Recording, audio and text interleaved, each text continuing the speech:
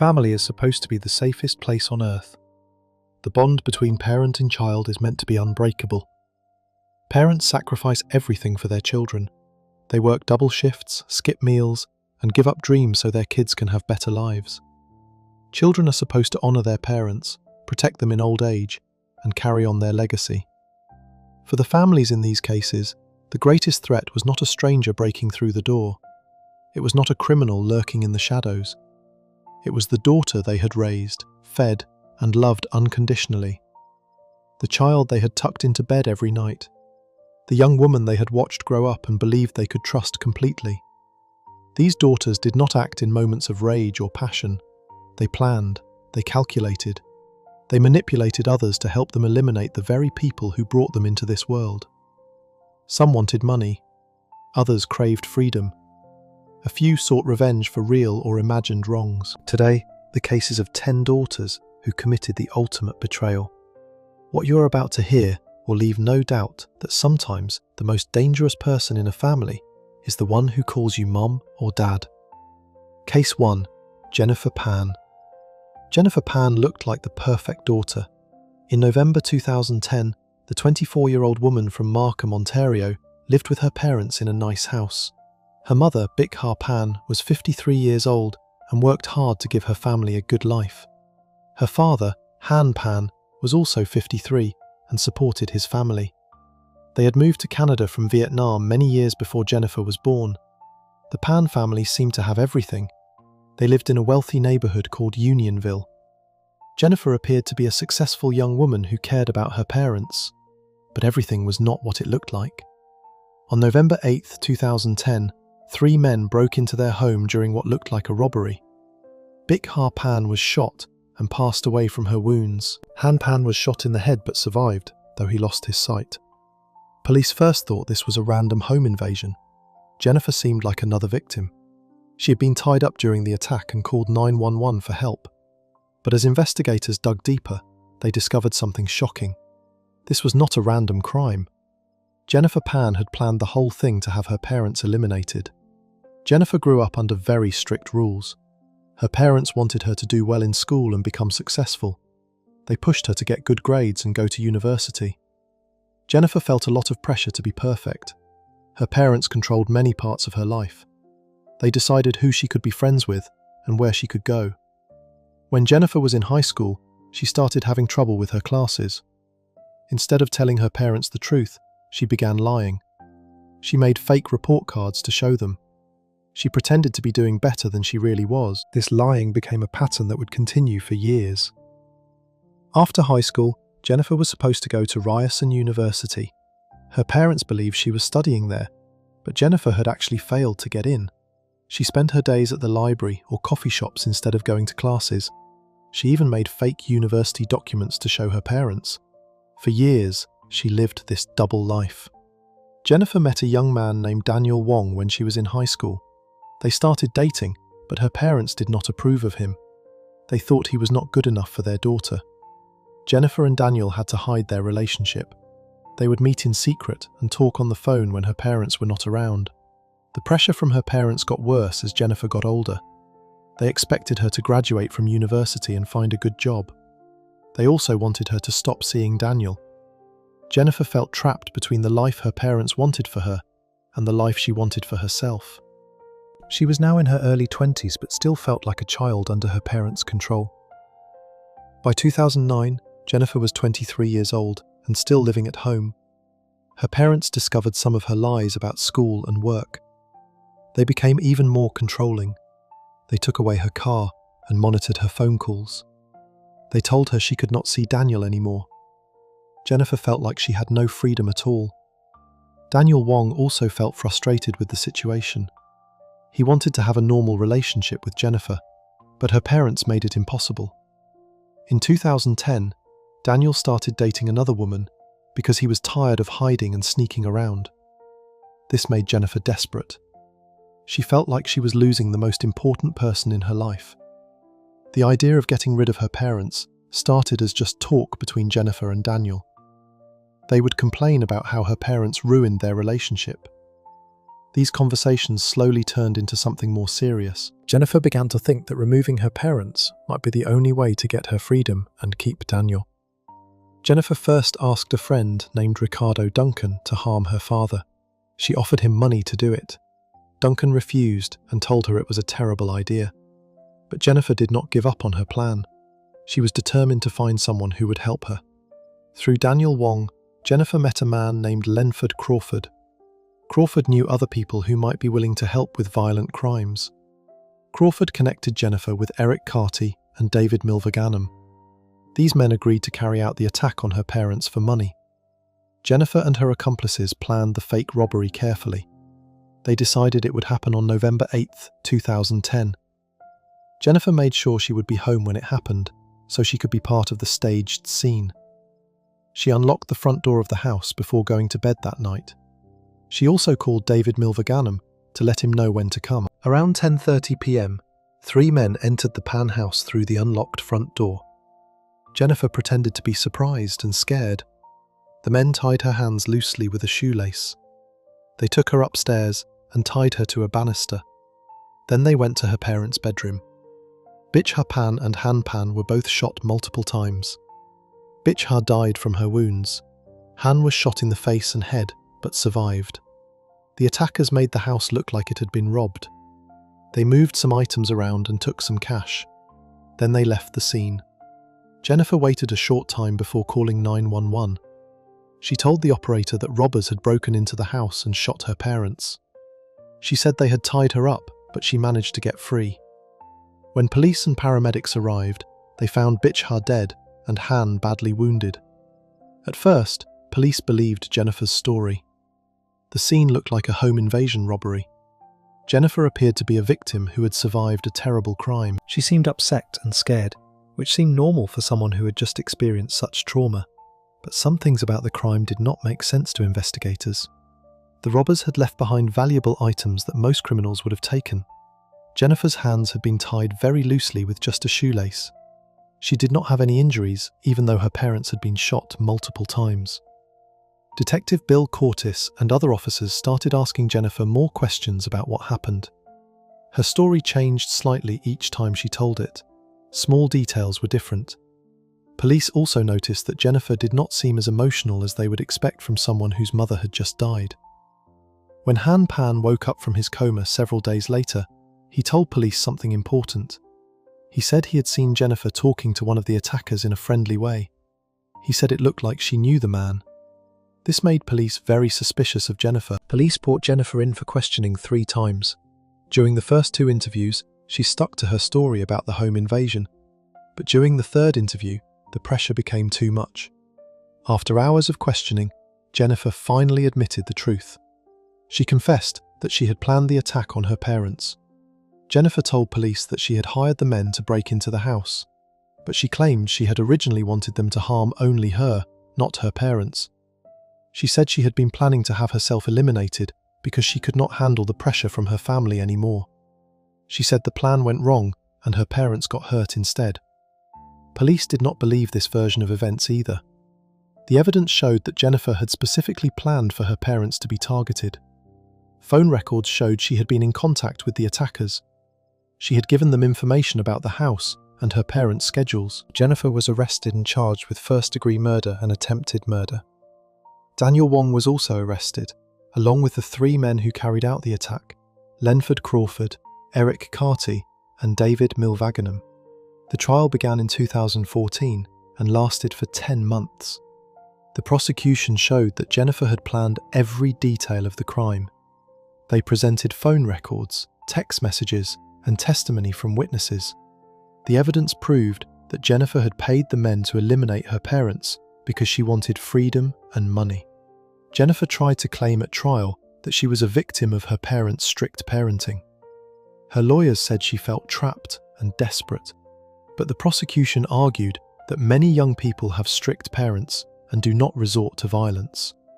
They said Jennifer chose to have her parents harmed instead of simply moving out and living her own life. The jury found Jennifer guilty of first-degree murder for her mother's passing and attempted murder for the attack on her father. She was sentenced to life in prison with no chance of parole for 25 years. Daniel Wong and the other men involved also received life sentences. Han Pan spoke at the sentencing hearing. He said he had lost both his wife and his daughter in one terrible night. He said he would never forgive Jennifer for what she had done. He moved away from the family home and cut off all contact with his daughter. In 2023, Jennifer's lawyers won an appeal for a new trial on the murder charge. The court said the original trial judge had made an error in jury instructions. In March 2026, Jennifer accepted a plea deal and pleaded guilty to manslaughter instead of first-degree murder. She is still serving a life sentence, but is now eligible for parole.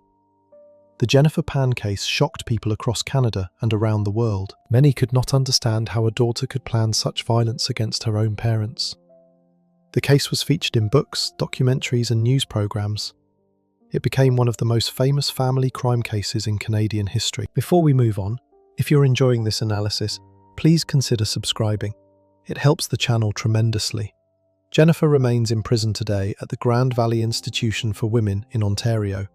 She will be eligible to apply for parole, though there is no guarantee it will be granted.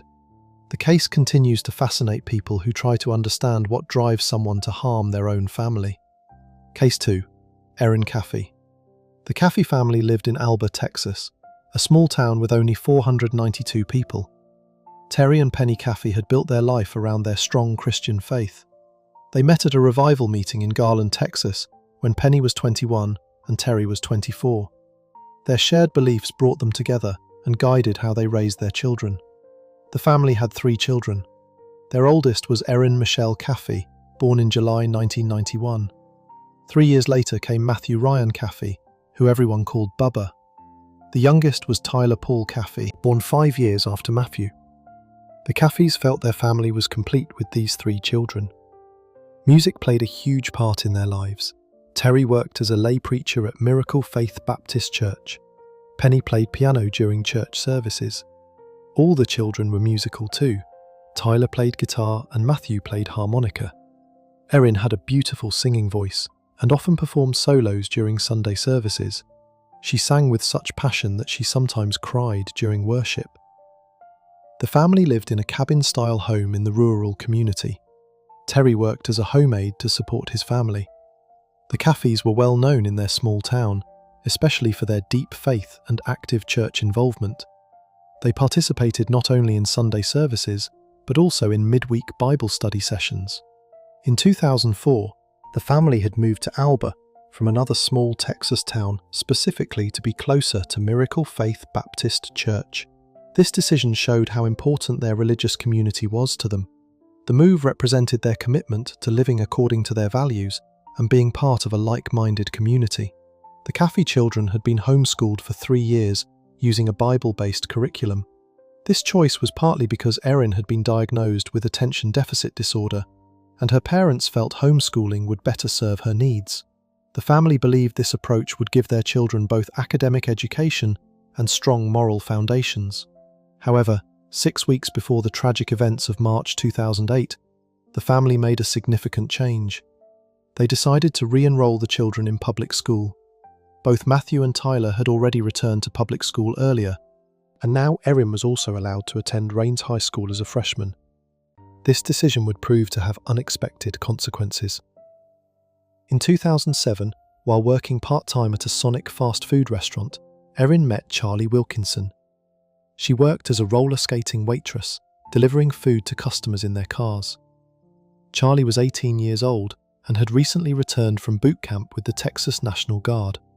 He planned to go on active duty after finishing his senior year in high school. Charlie came from a different background than the Caffeys. His parents were divorced, and he lived with his father, stepmother, and step-siblings and half-siblings. While he had not been in serious legal trouble, Charlie had a reputation for being hot-tempered and easily provoked. He spent much of his free time hunting and fishing. The attraction between Erin and Charlie was immediate. Charlie kept returning to Sonic just to see Erin. After Halloween 2007, he finally worked up the courage to ask her out. When Erin told her parents about meeting someone special, they insisted on meeting him before the relationship could continue. Terry later recalled that his first meeting with Charlie did not go as expected. When Charlie came to the Caffey home, Terry extended his hand and said hello. Charlie responded in a way that seemed disrespectful to Terry. Despite this rocky introduction, the Caffeys decided to allow Erin to continue seeing Charlie under strict conditions. The rules were clear and firm. Erin was not allowed to go out with Charlie alone on dates. However, this did not stop them from spending time together. Charlie spent many hours at the Caffey home, building bonfires with Erin and her brothers. He had to leave promptly at 9 p.m. when Erin's curfew began. After Charlie left each evening, he and Erin would talk on the phone until her phone curfew. On weekdays, she had to end calls by 10 p.m. On weekends, she could talk until 11 p.m. These phone conversations became an important part of their relationship, allowing them to stay connected despite the restrictions. Charlie even began attending Miracle Faith Baptist Church with Erin. To those who observed them, the relationship seemed like innocent young love. The couple appeared to respect the boundaries set by Erin's parents, and Charlie seemed to be making an effort to fit into their religious community. In December 2007, Erin asked her parents if she could return to public school. Both of her younger brothers had already made this transition earlier in the fall. Her parents agreed, partly hoping this would give Penny more time to earn extra income for the household. Erin enrolled at the local high school as a freshman. After Christmas, the relationship between Erin and Charlie became more serious. Charlie pulled over on a dirt road one day, knelt down, and gave Erin his grandmother's engagement ring as a promise ring. While this was not an actual marriage proposal, it represented a significant commitment between the teenagers. When Erin's parents discovered the promise ring during a church function, they were deeply concerned. Penny demanded that Erin return the ring immediately. The Caffeys felt the gesture was too serious for teenagers and represented a level of commitment that was inappropriate for their daughter's age and situation. The discovery of the promise ring marked the beginning of increased tensions between Erin's parents and her relationship with Charlie. Terry and Penny began limiting the amount of time their daughter could spend with her boyfriend. They felt the relationship was moving too fast and in a direction they could not support. Erin was not happy about these new restrictions. She reportedly told her aunt that she was planning to run away with Charlie once she turned 17. This statement revealed how seriously she took the relationship and how frustrated she felt about her parents' interference.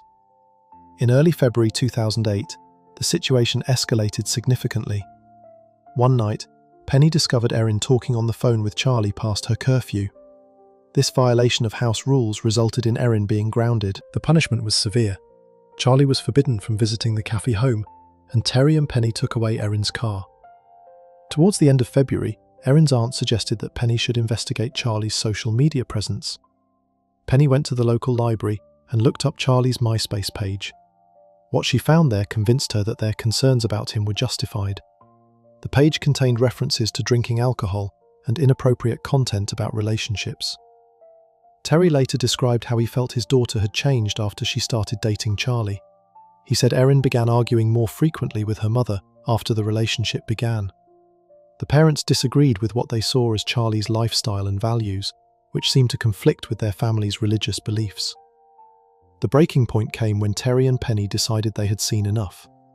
They told Erin that she had to end her relationship with Charlie completely. The parents felt they had tried to accommodate the relationship within reasonable boundaries, but Charlie's influence on their daughter had become too concerning to ignore.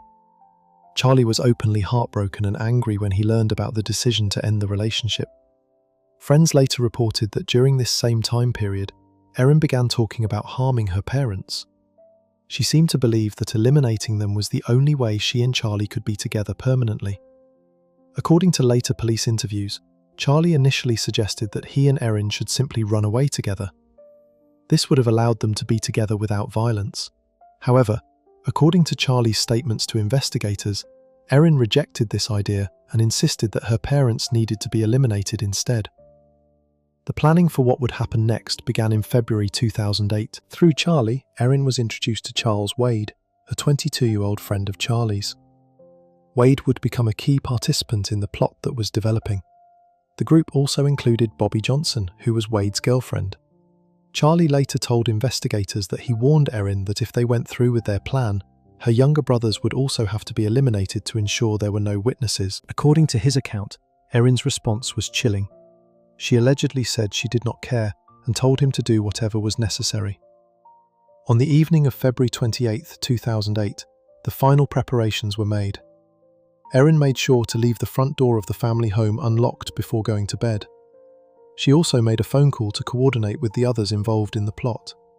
Everything was set for the early morning hours of March 1st. Around 3 a.m. on March 1st, 2008, Terry and Penny Caffey woke up to the sound of their bedroom door hitting the dryer in the laundry room next to their bedroom. Before they could fully understand what was happening, Charlie Wilkinson and Charles Wade entered their room with weapons. The attack was swift and brutal. Charlie fired a .22 caliber pistol at both parents while they were in bed. Terry was shot 5 times, but remained conscious. Penny was also shot multiple times. When the gun jammed, Wade used a samurai sword to inflict additional wounds on Penny, nearly severing her head. The attackers then went upstairs to where Matthew and Tyler were sleeping. Both young boys were eliminated. One was shot, and the other was attacked with the sword. During the attack on Matthew, Terry heard his son screaming and asking why Charlie was doing this to their family. Meanwhile, Erin waited outside in a car with Bobby Johnson. She did not enter the house during the attack, but remained nearby as the plan she had helped create was carried out. After the violence was completed, the attackers set the house on fire to destroy evidence. Terry, despite his serious wounds, managed to regain consciousness as flames began spreading through the house. He crawled to a window and escaped the burning building. It took him nearly an hour to crawl 500 yards to his neighbour's house, where 911 was called. His survival was considered miraculous given the severity of his injuries. Emergency responders arrived to find the Caffey home engulfed in flames. Firefighters discovered the burned remains of 38-year-old Penny Caffey and her 2 sons, 13-year-old Matthew and 8-year-old Tyler. Terry was rushed to a hospital in Tyler, Texas, where he underwent emergency surgery. Initially, 16-year-old Erin was listed as missing, and authorities feared she had been kidnapped or harmed. Terry was told that his daughter was alive and safe, which provided some relief during his recovery. However, this relief was short-lived when investigators revealed that Erin was actually in custody as a suspect. The investigation moved quickly. When Terry regained consciousness enough to speak, he told police that Charlie Wilkinson was one of the attackers. This information helped investigators locate Charlie, who was found at a trailer where he had been staying. Erin was also found there, claiming she had been kidnapped. However, Erin's kidnapping story quickly fell apart under investigation. Wilkinson and Wade both told police that the attacks were Erin's idea, not something they had forced her to participate in. The evidence supported their claims that she had been an active planner rather than a victim. Police discovered that Erin had been in contact with the attackers before and after the crime. Phone records showed communications between her and the others involved in the plot. There was also evidence that she had provided information about the house layout and her family's routines. All 4 individuals were arrested and charged with 3 counts of capital murder. Prosecutors initially announced they would seek the death penalty for Charlie Wilkinson and Charles Wade. However, they stated they would not pursue capital punishment for Erin due to her age at the time of the crime. The legal proceedings were complex and emotional. In January 2009, Erin accepted a plea deal rather than going to trial. She pleaded guilty to her role in the crimes and received 2 life sentences. Under the terms of her sentence, she will be eligible for parole when she reaches 59 years old. Charlie Wilkinson and Charles Wade also accepted plea agreements to avoid the death penalty. Both received life sentences without the possibility of parole, meaning they will never be eligible for release. Bobby Johnson, who was considered an accomplice but did not use a weapon, was sentenced to 40 years in prison and will be eligible for parole after serving 20 years. During the sentencing hearing, Terry Caffey made a remarkable statement about forgiveness. Despite losing his wife and 2 sons, and despite being permanently blinded by his injuries, he said he had forgiven those responsible. This statement shocked many who heard it, and demonstrated the strength of his religious faith. Terry also spoke about losing both his wife and daughter on the same night. While Erin was physically alive, he felt that the daughter he had raised was gone. The betrayal was as devastating as the physical losses he had suffered. He struggled with thoughts of ending his own life, but ultimately chose to rebuild. After the trials concluded, Terry moved away from Alba and the memories associated with the family home. He eventually remarried a woman named Karen and built a new family. Together they have 4 children, one biological child and 3 adopted children. Terry also began ministering full-time, sharing his story of survival and forgiveness. Terry has visited over 600 public schools and 800 churches to speak about his experiences. He wrote a book titled _0_. Through these efforts, he has tried to find meaning in his tragedy. Remarkably, Terry maintained a relationship with Erin for several years after the crime. He visited her in prison despite everything that had happened. This decision was part of his commitment to forgiveness, though it was not an easy choice for him to make.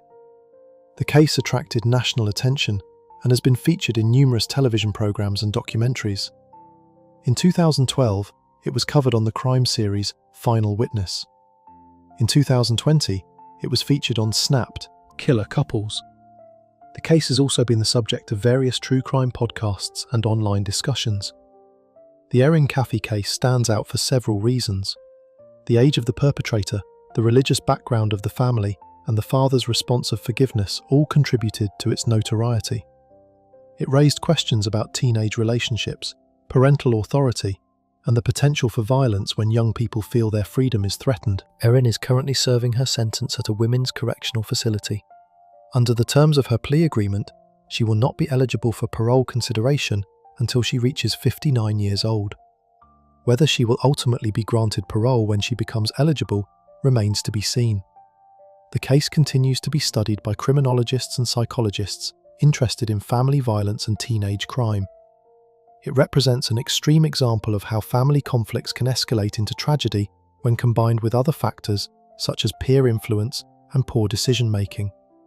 Charles Wade has expressed remorse for his role in the crime during his time in prison. However, this expression of regret cannot change the consequences of the actions taken on that March morning in 2008. The 3 lives lost and the family destroyed represent permanent damage that cannot be undone. The small town of Alba was forever changed by these events. A family that had been well known for their faith and community involvement became the centre of a national news story about domestic violence and teenage crime. The tragedy served as a reminder that violence can occur anywhere, even in close-knit religious communities. Before we move on, if you're enjoying this analysis, please consider subscribing. It helps the channel tremendously. Today, the case serves as a cautionary tale about the importance of communication between parents and teenagers.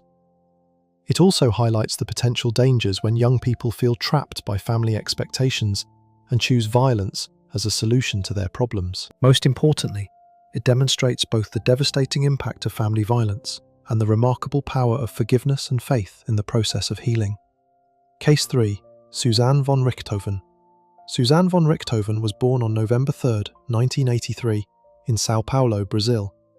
Her parents were Manfred Albert von Richthofen and Mauricia von Richthofen. The family lived a comfortable life in the upscale Brooklyn neighborhood of São Paulo. They were known for their wealth and social status in the community. Manfred von Richthofen was a German engineer who had immigrated to Brazil from Urbach, Germany. He worked as a director at Dersa, a state-owned company that managed São Paulo's highway system. His most important project was serving as chief engineer for the Mario Covas Beltway construction. This major highway project made him a successful and well-respected professional. Mauricia von Richthofen was a Brazilian psychiatrist of Lebanese and Italian descent. She was born on January 19, 1952, in José Bonifacio, a town about 40 kilometers from São José do Rio Preto. Her grandfather, Miguel Abdallah, had been one of the pioneers in local commerce when he moved to the area in 1920. Mauricia had built her own successful career in mental health. The von Richthofen family also included Suzanne's younger brother, Andreas Albert von Richthofen, who was born on April 26, 1987. The family of 4 lived in a mansion protected by electric gates and security cameras. Their declared net worth was estimated at $5.5 million, making them one of the wealthy families in their neighborhood. Manfred claimed to be a distant relative of the famous World War I fighter pilot Manfred von Richthofen, known as the Red Baron. However, this connection was disputed by the German von Richthofen family, who denied any link to the Brazilian branch. Whether true or not, the claimed connection added to their social status. After graduating from a German high school in São Paulo, Suzanne enrolled to study law at the Pontifical Catholic University of São Paulo. She was described by teachers and neighbours as happy, well-behaved, and somewhat shy. Suzanne spoke 3 languages fluently and had trained in ballet during her childhood. The von Richthofen family appeared to be the ideal wealthy Brazilian family. Neighbours in their upscale area remembered them fondly as a happy family. They had lived in their neighbourhood for almost 15 years and were well-respected members of the community. The family seemed to have everything that money could buy and appeared to live without serious problems. In the summer of 1999, when Suzanne was 15 years old, she started practicing Brazilian Jiu-Jitsu. This decision would change the course of her life forever. At the Jiu-Jitsu gym, she met Daniel Cravinhos de Paula e Silva, who would become both her boyfriend and her partner in crime. Daniel came from a completely different background than Suzanne. While she lived in wealth and privilege, Daniel came from a working-class family. He did not work regularly and refused to attend school or find steady employment. Daniel also used marijuana habitually, which concerned the von Richthofen parents when they learned about it. Despite these differences, Suzanne and Daniel quickly developed a strong attraction to each other. Their relationship became serious very quickly, much faster than her parents felt comfortable with. The couple began spending most of their free time together, participating in various activities, including their shared interest in martial arts. At first, Suzanne's parents allowed the relationship to continue. They wanted to give their daughter the freedom to explore young love within reasonable boundaries. However, as they learned more about Daniel's background and lifestyle, their concerns grew significantly. The problems began when Manfred and Mauricia discovered that Daniel came from a working-class background and had no interest in education or career advancement. They felt he was not suitable for their daughter, who came from an educated professional family. The parents also discovered Daniel's marijuana use, which went against their family values. In August 1999, the von Richthofen family went for a walk in Ibirapuera Park on a Sunday afternoon. This was the kind of family activity they enjoyed together before the relationship with Daniel began to create tensions. These peaceful family moments would become less frequent as the conflict over Suzanne's boyfriend intensified. By 2002, the relationship between Suzanne and her parents had deteriorated significantly due to their disapproval of Daniel. In July 2002, while her parents were away on vacation, Suzanne made a bold decision. She invited Daniel to move into the family home for a month, taking advantage of their absence. When Manfred and Mauricia returned from their vacation and discovered Daniel living in their home, they were furious. Suzanne tried to negotiate with them, proposing that they should buy her an apartment where she and Daniel could live together. This would have been a compromise that allowed her to maintain the relationship while respecting her parents' wishes. However, Manfred's response was firm and clear. He told Suzanne that she could do whatever she liked, but only after she earned her own money to support herself. This meant she would have to wait until she finished her law studies and started working before she could live with Daniel. This answer did not satisfy Suzanne at all. She had become accustomed to getting what she wanted from her wealthy parents, and this refusal felt like a major rejection. The conflict over Daniel had reached a breaking point, and Suzanne began to consider more drastic solutions to her problem. The planning for what would happen next began to take shape in Suzanne's mind. Instead of accepting her father's decision or finding ways to compromise, she started thinking about eliminating the obstacles to her happiness. The conversations between Suzanne and Daniel began to turn toward darker possibilities. Through Daniel, Suzanne met his older brother, Christian Cravinhos de Paula e Silva, who was 26 years old. Christian would become the third person involved in the plot that was developing. Unlike his younger brother, Christian had a more aggressive personality and was willing to consider violent solutions to problems. The 3 conspirators began discussing their plan in detail during the months leading up to October 2002. They talked about how to make the crime look like a burglary gone wrong. They planned every detail carefully, from disabling the security system to staging the scene afterward. On October 31, 2002, Suzanne put their plan into action. That evening, she took her 15-year-old brother Andreas to a cyber cafe to meet friends and play video games. This was designed to get him out of the house and establish his alibi for what was about to happen. Before leaving the house with Andreas, Suzanne disabled the burglar alarm system and turned off all the video security cameras. She knew exactly how the security system worked because she had lived in the house her entire life. This showed that the crime required inside knowledge that only a family member would have. Later that evening, Suzanne returned to the house with Daniel and Christian. She used her key to open the electric gates and drove into the garage. The two brothers put on hoods to hide their faces, even though the security cameras had already been disabled. Suzanne led the way up the stairs to her parents' bedroom. She turned on the light in the hallway to verify that Manfred and Mauricio were sleeping peacefully in their bed. Once she confirmed they were asleep, she went back downstairs to the living room and sat on the couch. While Suzanne waited in the living room, Daniel and Christian entered her parents' bedroom with iron bars they had prepared in advance. The couple was sleeping when the attack began. The brothers used the iron bars to strike Manfred and Mauricio repeatedly, causing severe head trauma. After the initial attack with the iron bars, the brothers used towels to strangle both parents, ensuring they would not survive. The combination of blunt force trauma and strangulation was designed to cause rapid death. The brothers thought this would be quick and efficient, but the violence took longer than expected. When the attack was finished, the three conspirators worked together to stage the scene to look like a burglary. They scattered papers around the library and moved items throughout the house to create the appearance of a search for valuables. They also took the family's cash, which included significant amounts in both US dollars and euros. However, they made several crucial mistakes during the staging. They left behind valuable items that real burglars would have taken, including cell phones and other expensive electronics. They also left a firearm in the house, which professional criminals would never have ignored. After completing the staged burglary scene, Daniel and Suzanne went to a motel to establish an alibi. They checked in just after the crime was committed and stayed for several hours. This was meant to prove they were somewhere else when the bodies were discovered. Around 3 a.m, Daniel and Suzanne checked out of the motel. Suzanne then dropped Daniel off at his location and went to pick up her brother Andreas from the cyber cafe. They returned to the family home together, where they would discover the crime scene.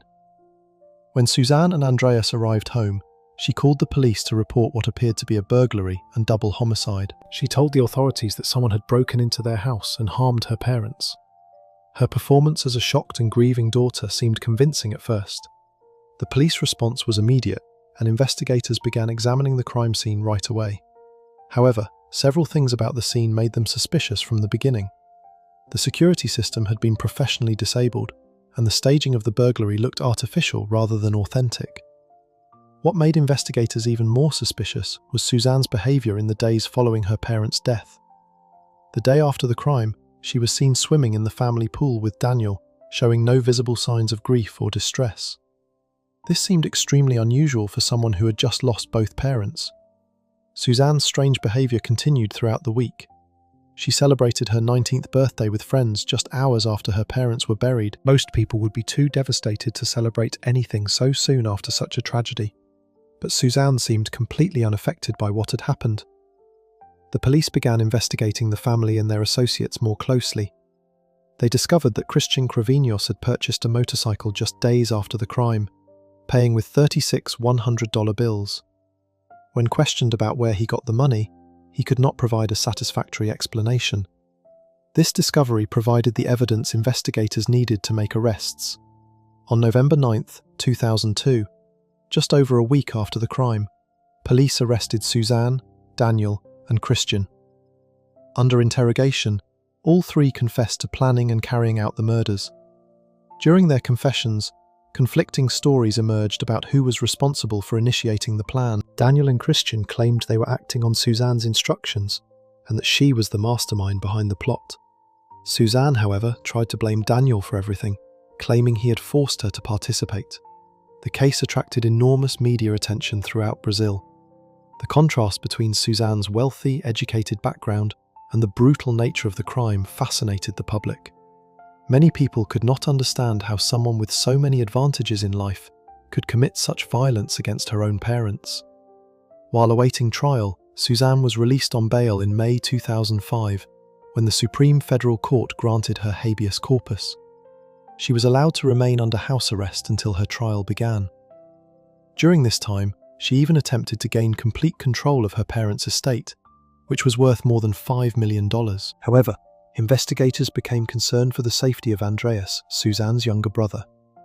They discovered a revolver hidden in a teddy bear in her room, which suggested she might pose a threat to the only remaining family member who could testify against her.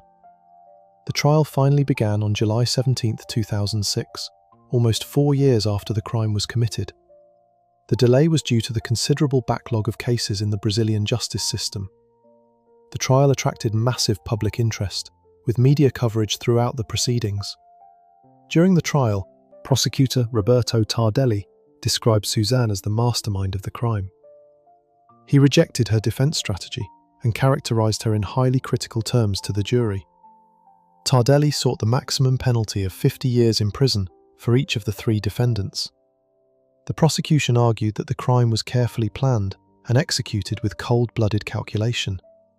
They presented evidence showing that Suzanne had insider knowledge necessary to disable the security system and access the house. The financial motive was also significant, as Suzanne stood to inherit millions of dollars. On July 22, 2006, the court delivered its verdict. Suzanne von Richthofen and Daniel Kreviņos were both sentenced to 39 years and 6 months in prison. Christian Kreviņos received a slightly shorter sentence of 38 years because his role was considered somewhat less central to the planning. The court classified the murders as triplemente qualificados, meaning 3 times qualified under Brazilian law. This classification was based on the cruel methods used, the victims' lack of opportunity to defend themselves, and the morally sordid motives behind the crime. Even though the sentences were nearly 40 years, Brazilian law at the time only allowed convicted criminals to be imprisoned for a maximum of 30 years. This meant that, regardless of their sentences, none of the 3 could be held longer than 3 decades. The case became one of Brazil's most notorious criminal precedents regarding matricide and parricide. It was studied by criminologists and psychologists who wanted to understand how someone from such a privileged background could commit such violence against family members. During her time in prison, Suzanne was diagnosed with sociopathy after undergoing several psychiatric evaluations. Unlike Daniel, who showed remorse for the crime, Suzanne never displayed any genuine signs of regret or emotional response to what she had done. In 2014, 11 years after her conviction, Suzanne made headlines again when she announced her marriage to another female inmate named Sandra Regina Ruiz Gomez. Sandra had been sentenced to 27 years in prison for the kidnapping and death of a teenager in São Paulo. Suzanne served her sentence at the Penitenciaria Feminina Santa Maria Eufrasia Pelletier in Tremembe in the state of São Paulo. During her incarceration, she transitioned through different prison regimes based on her behaviour and time served. In 2015, Suzanne was moved to a semi-open regime, which allowed her more privileges and opportunities to leave the prison for work or education. This transition was part of the standard Brazilian prison system progression for inmates who demonstrate good behaviour. On January 11, 2023, after serving 20 years of her original sentence, Suzanne was granted progression to an open regime. This meant she could serve the remainder of her sentence outside of prison walls, provided she adhered to specific court-mandated conditions and restrictions. The decision to release Suzanne on parole was controversial in Brazil. Many people felt that 20 years was not sufficient punishment for such a heinous crime against her own parents. However, the Brazilian legal system had specific requirements for parole eligibility that she had met. After her release, Suzanne went to live with her boyfriend, Felipe Zacchini Muniz, in Bragança Paulista. She had met Felipe while serving her sentence, and they had developed a relationship during her final years in prison. On January 26, 2024, Suzanne gave birth to a son named Felipe. The case has continued to fascinate the Brazilian public and has been the subject of numerous books, documentaries, and films. In 2009, criminologist Ilana Kasoy wrote a book called The Fifth Commandment that reconstructed the crime from beginning to end. In 2011, former police investigator Roger Franchini published a book titled Richthofen, The Murder of Suzanne's Parents, which looked at the case from an investigative journalism perspective. The book provided behind-the-scenes details of the investigation process. The case was also adapted into 2 Brazilian films in 2021. The Girl Who Killed Her Parents and The Boy Who Killed My Parents presented different perspectives on the same crime, showing how the story could be interpreted in various ways. Prosecutors also investigated whether Suzanne's father had been involved in corruption related to his work on highway construction projects. They suspected that anonymous Swiss bank accounts containing at least 10 million euros had been opened in Suzanne's name when she turned 18. However, these investigations were closed in 2015 due to lack of evidence. If these Swiss accounts do exist in her name, nothing would prevent Suzanne from accessing the money after completing her sentence. This possibility has added another layer of controversy to an already complex case. The von Richthofen case remains one of the most shocking family crimes in Brazilian history. It challenged many assumptions about who commits violent crimes and demonstrated that wealth and education do not prevent people from making terrible choices. Today, the case continues to be studied and discussed as an example of family violence and the dangerous combination of greed, manipulation, and lack of empathy. It serves as a reminder that evil can exist in any family, regardless of social status or apparent success. The tragedy destroyed a successful family and left Andreas as the sole survivor of a once happy household. The case also highlighted the importance of recognizing warning signs in family relationships and the devastating consequences that can result when conflicts escalate beyond resolution. Before we move on, if you're enjoying this analysis, please consider subscribing. It helps the channel tremendously. For many Brazilians, the von Richthofen case represents a turning point in their understanding of family violence and the capacity for evil that can exist even in seemingly perfect families. The case continues to generate discussion about justice, punishment, and the possibility of rehabilitation for those who commit the most serious crimes against their own family members. Case 4. Nicole Kasinskas. Nicole Kasinskas was born in 1987 and lived with her mother, Jean Domenico, in Nashua, New Hampshire. Jeanne was 43 years old and worked as a paraprofessional at Birch Hill Elementary School. She also coached baseball at Lincoln Park, where she was well known and loved by the community. Jeanne was engaged to Christopher McGowan, and they had planned to marry in the near future. Nicole's parents had divorced when she was 11 years old, which created stress in her relationship with her mother. After the divorce, Nicole began to feel disconnected from her family. She struggled with the changes in her home life and started looking for connection and understanding elsewhere. In May 2002, when Nicole was 14 years old, she met William Sullivan Jr. through an instant messaging service on the internet. William was 17 years old and lived with his family in Willimantic, Connecticut. Despite the physical distance between New Hampshire and Connecticut, the teenagers quickly formed a strong bond through their online communications. Their relationship developed rapidly through daily internet conversations, letters, and phone calls.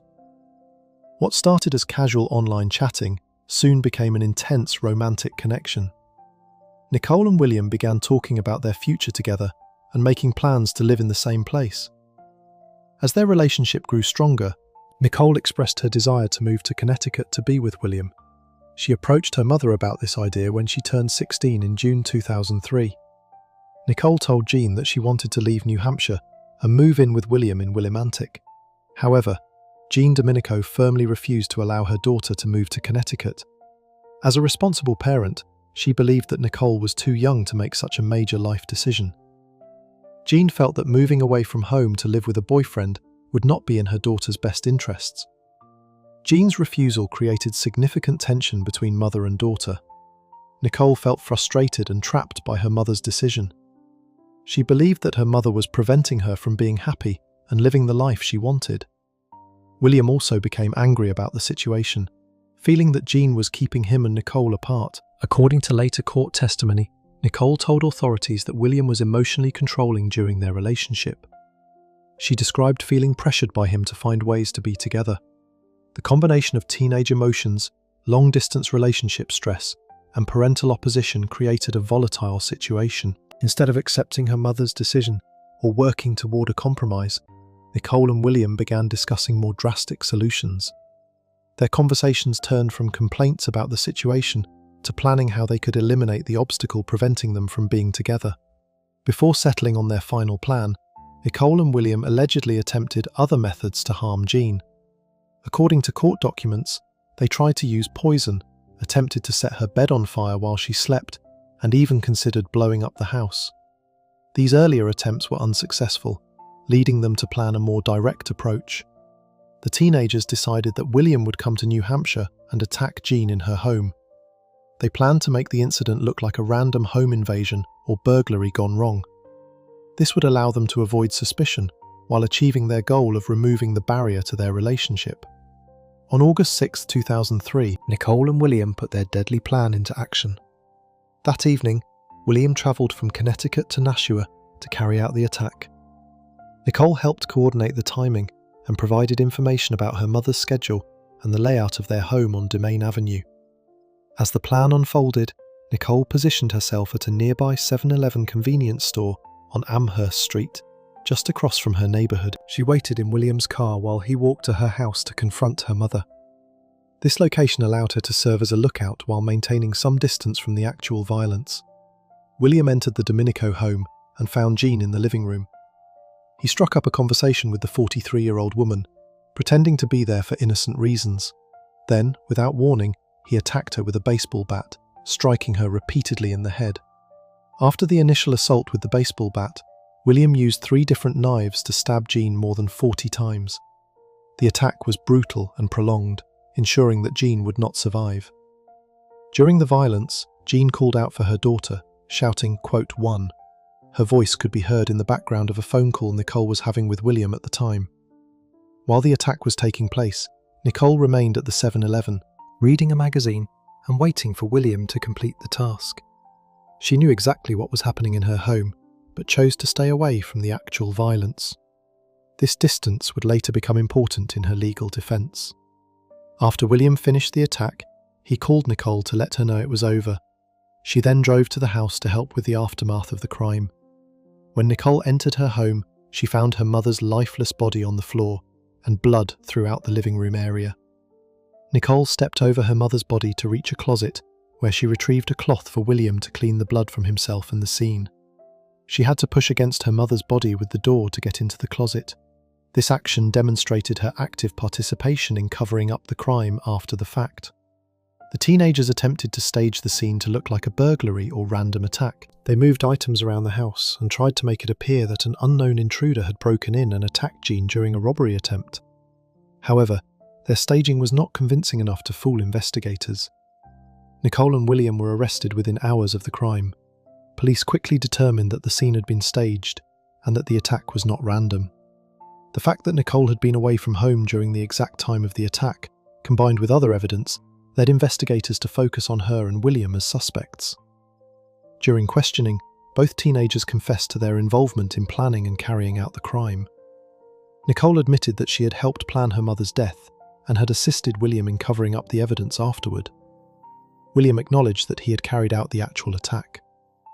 The case attracted significant attention in New Hampshire due to the shocking nature of a daughter participating in her own mother's death. The community where Jean had worked and coached was devastated by the loss. Many people struggle to understand how a teenager could be involved in planning such violence against her own parent. In September 2005, Nicole pleaded guilty to second-degree murder and conspiracy to commit murder. As part of her plea agreement, she agreed to testify against William during his trial. This cooperation with prosecutors allowed her to receive a lesser sentence than she might have faced if convicted of first-degree murder. During the sentencing hearing, several of Jean's family members and friends spoke about the impact of her death. Christopher McGowan, Jean's fiancé, addressed Nicole directly, telling her that her mother had loved her and was proud of her. He expressed his belief that Jean's opposition to the move was motivated by love and concern for her daughter's well-being. Nicole's half-sister, Amy Beth Kasinskas, also spoke at the hearing. She described the devastating impact of losing Jan, whom she considered a mother figure. Amy Beth expressed her love for Nicole, but also her struggle to understand how her sister could have made such a destructive choice. Even Nicole's father spoke at the sentencing, telling his daughter that what she and William had done would haunt many people for years to come. He urged her to think about the consequences of her actions and the pain she had caused to everyone who loved Jan. Judge William Groff sentenced Nicole to 35 years in prison, telling her that while William might be a psychopath, the murder would not have happened without her participation. The judge emphasized that Nicole was equally responsible for her mother's death, even though she had not physically carried out the violence. William Sullivan was tried separately and convicted of first-degree murder and conspiracy to commit murder. He was sentenced to life in prison without the possibility of parole. His case went through appeals, and he was retried in 2008, where he was again convicted and received the same life sentence. During her time in prison, Nicole worked to improve herself through education and counseling programs. She earned her high school diploma and later completed an associate's degree. She also participated in programs designed to help her understand the impact of her actions and develop better decision-making skills. Nicole also became involved in mentoring and counseling other young inmates. She worked with children and young adults who were facing similar challenges, trying to help them make better choices than she had made. This work became an important part of her rehabilitation process. In 2018, during a prison interview, Nicole reflected on her relationship with William and her role in her mother's death. She acknowledged that their relationship had been emotionally unhealthy and that William had been controlling. However, she also accepted full responsibility for her own choices and actions. Nicole described her teenage mindset at the time of the crime, saying that she felt mentally and emotionally immature. She admitted that she didn't fully understand the consequences of what she was planning or the permanent nature of death. This insight came only after years of counseling and reflection. Over the years, Nicole made several attempts to have her sentence reduced. In 2020, she petitioned for sentence commutation, arguing that she had demonstrated rehabilitation and remorse. However, this initial request was not granted, and she continued serving her sentence. The case was featured in several true crime television programs, including Snapped Killer Couples and Deadly Women.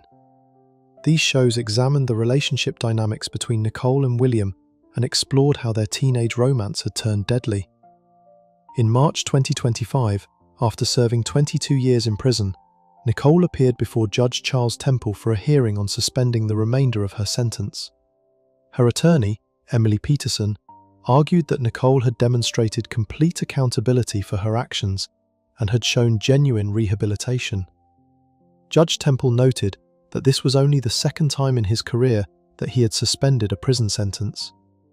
He praised Nicole for her educational achievements, her work with other inmates, and her apparent understanding of the impact her actions had caused. The judge was particularly impressed by her acceptance of responsibility. The prosecution, led by Senior Assistant Attorney General Peter Hinckley, took no position on Nicole's request for sentence suspension. This was unusual, as prosecutors typically oppose such requests. The state's neutral stance reflected Nicole's cooperation and the changes she had demonstrated during her incarceration. Judge Temple granted the sentence suspension, allowing Nicole to be eligible for parole after serving 22 years instead of the original 35-year minimum. The decision was based on her educational achievements, her mentoring work, her complete acceptance of responsibility, and what the judge saw as genuine rehabilitation. In August 2025, Nicole appeared before the Adult Parole Board, which approved her application for parole. She became eligible for release on or after October 7, 2025, pending approval of a suitable housing plan. The parole board's decision marked the final step in her path to freedom. The conditions of Nicole's parole are extensive and include compliance with all court and parole board orders, maintaining lawful employment, and allowing parole officers to visit her residence at any time. She must also continue with counselling and check-in requirements designed to support her reintegration into society. Nicole's case represents one of the most shocking examples of a teenage daughter participating in violence against her own mother.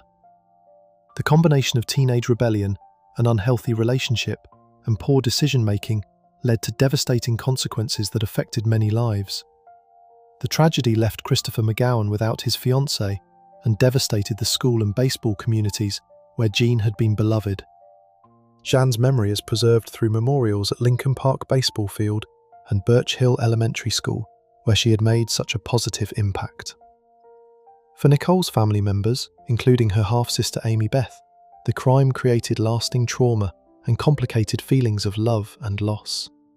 They lost both Jan, whom they loved, and Nicole, who became responsible for that loss. The case also highlights the potential dangers of online relationships for teenagers and the importance of parental guidance in helping young people navigate romantic relationships. What began as internet communication between two teenagers ultimately led to fatal violence. Nicole's story demonstrates both the devastating consequences of poor choices and the possibility of redemption through genuine remorse and rehabilitation. Her educational achievements and mentoring work while incarcerated showed that people can change, even after committing serious crimes. The legal system's response to Nicole's case, including the eventual sentence suspension, reflects the complex balance between punishment for serious crimes and recognition of genuine rehabilitation. Her case will likely continue to be studied as an example of both the justice system's approach to juvenile offenders and the potential for personal transformation. Before we move on, if you're enjoying this analysis, please consider subscribing. It helps the channel tremendously. Today, the case serves as a tragic reminder of how teenage emotions and unhealthy relationships can escalate into irreversible violence. It also demonstrates the importance of seeking help when relationship conflicts arise, rather than turning to destructive solutions that destroy lives forever. Case 5. Sarah Marie Johnson. Sarah Marie Johnson was born on January 24, 1987, and grew up in the small city of Bellevue, Idaho. Bellevue is located on the outskirts of Sun Valley, a well-known skiing destination. Sarah lived with her parents and older half-brother in an affluent neighborhood where houses cost around $500,000 and sat among towering cottonwood, pine, and aspen trees.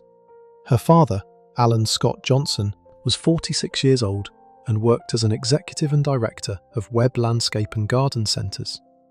He was described as a protective family man who cared deeply about his wife and children. Alan was 6 feet 6 inches tall, making him an imposing figure who took his role as family protector seriously.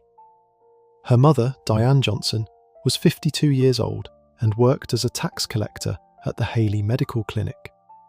Diane was known for being responsible and hard-working.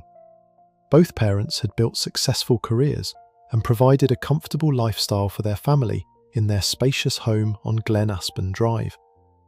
Sarah's older half-brother, Matt Johnson, was attending the University of Idaho in Moscow, about a day's journey from the family home. Matt was engaged and building his own future away from the family home.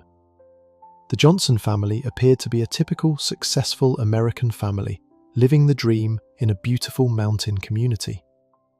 Sarah attended Wood River High School in nearby Haley, where she was involved in typical teenage activities. She played volleyball and was generally considered a normal high school student. However, beneath this ordinary surface, tensions were building that would lead to devastating consequences for the entire family.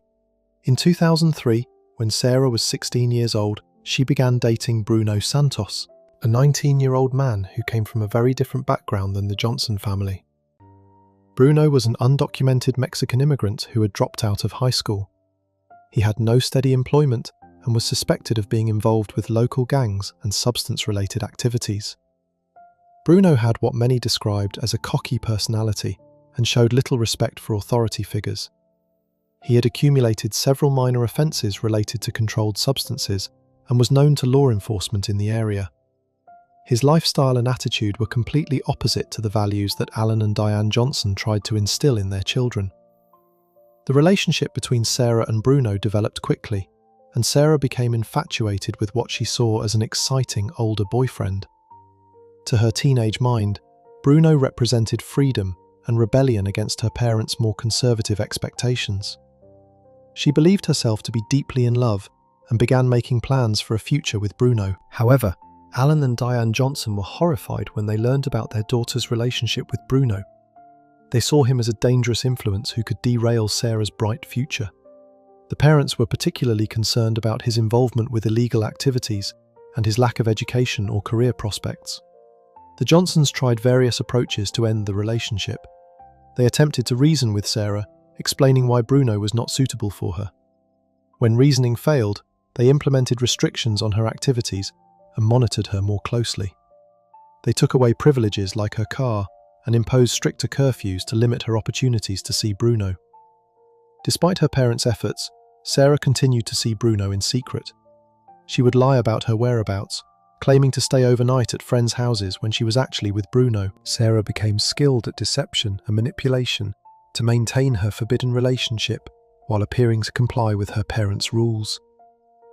The situation reached a crisis point on August 29, 2003, when Sarah failed to come home one night. She had claimed she was staying at a friend's house, but her parents discovered she was actually at Bruno's residence. This discovery represented the final straw for Alan and Diane, who realised their daughter had been systematically lying to them. Alan Johnson decided to take decisive action. He went to Bruno's home to retrieve his daughter and had a confrontational conversation with the older teenager. Alan made it clear that Bruno needed to stay away from Sarah, and he threatened to report Bruno to authorities for statutory offences if the relationship continued. The threat was not empty. Given that Bruno was 19 and Sarah was only 16, grounds existed for statutory charges. Additionally, Bruno's undocumented status meant that any legal troubles could result in deportation. Alan and Diane made it clear they were prepared to pursue all available legal options to protect their daughter. Following the confrontation, Alan and Diane went to local police and formally reported their intention to file charges against Bruno if he continued to pursue a relationship with their minor daughter. They wanted to create an official record and establish clear consequences for any further contact between Bruno and Sarah. Sarah was furious about her parents' actions. She felt they were ruining her life and preventing her from being with the person she believed she loved. Rather than accepting their decision or working toward a compromise, Sarah began to consider more drastic solutions to what she saw as her parents' interference. On September 1st, 2003, Sarah learned that Bruno might be deported due to his immigration status and the potential legal charges her parents were pursuing. This news pushed Sarah toward a final, irreversible decision. She concluded that the only way to be free to live her life as she chose was to eliminate the obstacles preventing her happiness. On the evening of September 1st, Sarah began preparing for what she planned to do the next morning. She knew that her parents' guest house contained a powerful hunting rifle belonging to Mel Spiegel, an electrician who rented the space. Spiegel was out of town on a work trip and would not return for about a week. Sarah had access to the guest house and had observed Spiegel's belongings during previous visits. She knew exactly where the rifle was stored and understood how powerful the weapon was. The .264 caliber Winchester Model 70 bolt-action rifle was designed for hunting large game and would be devastatingly effective at close range. On the morning of September 2nd, 2003, at approximately 6:20 a.m., Sarah put her plan into action. She retrieved the rifle from the guest house and prepared herself for what she was about to do. She put on a pink plush bathrobe backward and covered her hair with a shower cap to avoid leaving evidence. Sarah first entered her parents' bedroom, where her mother Diane was still sleeping peacefully. Without hesitation, Sarah shot her mother in the head at close range while she lay defenseless in bed. The shot was instantly fatal, and Diane never knew what happened to her. The sound of the gunshot woke Alan Johnson, who was in the bathroom taking a shower. When he heard the noise, he immediately ran out of the shower to investigate what had happened. As Alan emerged from the bathroom, Sarah shot her father twice in the chest, right above the heart. Alan also died quickly from his wounds. After both parents were deceased, Sarah attempted to stage the scene to make it appear as if gang members or unknown intruders had committed the crime. She placed knives from the family's kitchen at the foot of her parents' bed and in her brother Matt's room, hoping to suggest that this was gang-related violence. Sarah also placed the rifle scope on Mel Spiegel's bed in the guest house, hoping to implicate him as a potential suspect. She left the rest of the rifle at the crime scene, as if the intruders had abandoned it during their escape. Sarah believed these staging efforts would direct suspicion away from her. After staging the scene, Sarah disposed of the evidence she had worn during the attacks. She threw the pink bathrobe, latex gloves, and other items into the garbage can outside the house. She flushed the shower cap down the toilet, believing it would be permanently disposed of in the plumbing system. Sarah then ran to her neighbour's house in apparent hysteria, claiming that unknown intruders had shot her parents. She told neighbour Kim Richards that she had been asleep when she heard gunshots, and when she investigated, she found her parents had been shot by people she had never seen before. Richards immediately called 911, and police responded quickly to what appeared to be a home invasion gone wrong. When officers arrived at the Johnson home, they found a horrific scene with 2 victims who had clearly been shot at close range with a high-powered rifle. However, investigators quickly began noticing details that didn't fit Sarah's story of unknown intruders. The crime scene showed signs of staging rather than a genuine break-in. The placement of knives seemed artificial, and there were no signs of forced entry or burglary throughout the rest of the house. Sheriff Walt Femling made a crucial decision that would prove vital to solving the case. When he saw the garbage truck approaching the Johnson home for its regular pickup, he ordered it to be turned away. This prevented the disposal of evidence that Sarah had placed in the garbage can the morning of the crime. When investigators searched the garbage can, they discovered the pink bathrobe that Sarah had worn backward during the attacks. The robe contained high-velocity blood spatter from both victims, proving it had been worn by someone present during the shootings. They also found latex gloves with gunshot residue and Sarah's DNA. Plumbers were called to examine the plumbing system, where they recovered the shower cap that Sarah had attempted to flush. This provided additional physical evidence connecting her to the crime scene. The combination of forensic evidence painted a clear picture of Sarah's involvement in her parents' deaths. Crime scene investigator Rod Englert later commented that the evidence was overwhelming and clearly indicated Sarah's guilt. Blood spatter analysis, DNA evidence, and the recovered clothing created an undeniable connection between Sarah and the violent attacks on her parents. Perhaps most damaging to Sarah's claims of innocence was the discovery of her mother's blood and bone fragments on Sarah's bedroom wall. This evidence contradicted her story that she had been asleep with her bedroom door closed when she heard the first gunshot. The blood evidence proved she had been present during the shooting. Initially, investigators considered Bruno Santos as a potential suspect due to his obvious motive for wanting Sarah's parents eliminated. However, Bruno was able to provide a solid alibi for the time of the shootings, proving he was not at the Johnson home that morning and had no direct involvement in the crime. Mel Spiegel, the owner of the murder weapon, was also investigated, but quickly cleared. He was out of town on a documented work trip and had no motive for harming the Johnson family. Some unidentified fingerprints found on the weapon were later explained as belonging to friends who had helped Spiegel move his belongings. As the investigation focused increasingly on Sarah, her behaviour drew additional suspicion from those around her. Family members and friends noticed that Sarah showed remarkably little grief or emotional distress over her parents' deaths. Instead, she seemed more concerned with normal teenage activities. Sarah's aunt, Linda Vavold, later testified that Sarah seemed more interested in having her fingernails painted than mourning her parents' deaths. At school, Sarah appeared calm and showed no signs of the trauma that would be expected from someone who had witnessed such violence against loved ones.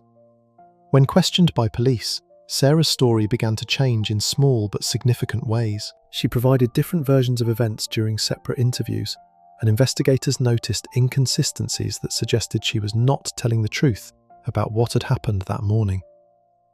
1 month after the crime, Sarah was arrested and charged with 2 counts of first-degree murder. The evidence against her was substantial, including DNA evidence, blood spatter analysis, and the recovery of items she had worn during the attacks. Prosecutors felt confident they could prove her guilt beyond a reasonable doubt. Sarah pleaded not guilty to the charges and was held on $2 million bond. By this time, Bruno Santos had been deported to Mexico, but immigration officials ordered him to return to the United States when they discovered his importance to the murder case as a witness. The trial began in 2005 and lasted 5 weeks, attracting significant media attention. Court TV broadcast the proceedings live from Idaho's Ada County Courthouse. The case of a 16-year-old girl accused of murdering her parents captured national attention and sparked discussions about teenage rebellion and family conflict. During the trial, prosecutors presented overwhelming physical evidence connecting Sarah to the crime. They detailed the blood evidence, DNA findings, and the recovery of clothing and equipment used during the attacks. The evidence clearly showed that Sarah had been present during the shootings and had attempted to cover up her involvement. In a devastating blow to Sarah's defense, Bruno Santos testified against her during the trial. Rather than supporting the girl who claimed to love him, Bruno cooperated with prosecutors to prove his own innocence. His testimony helped establish that he had no involvement in the planning or execution of the crime. Sarah's brother Matt also testified during the trial, providing insight into his sister's personality and behaviour. While he said he loved Sarah, Matt acknowledged that she had a tendency to be overdramatic and would stretch the truth when it suited her purposes. His testimony painted a picture of Sarah as someone capable of deception.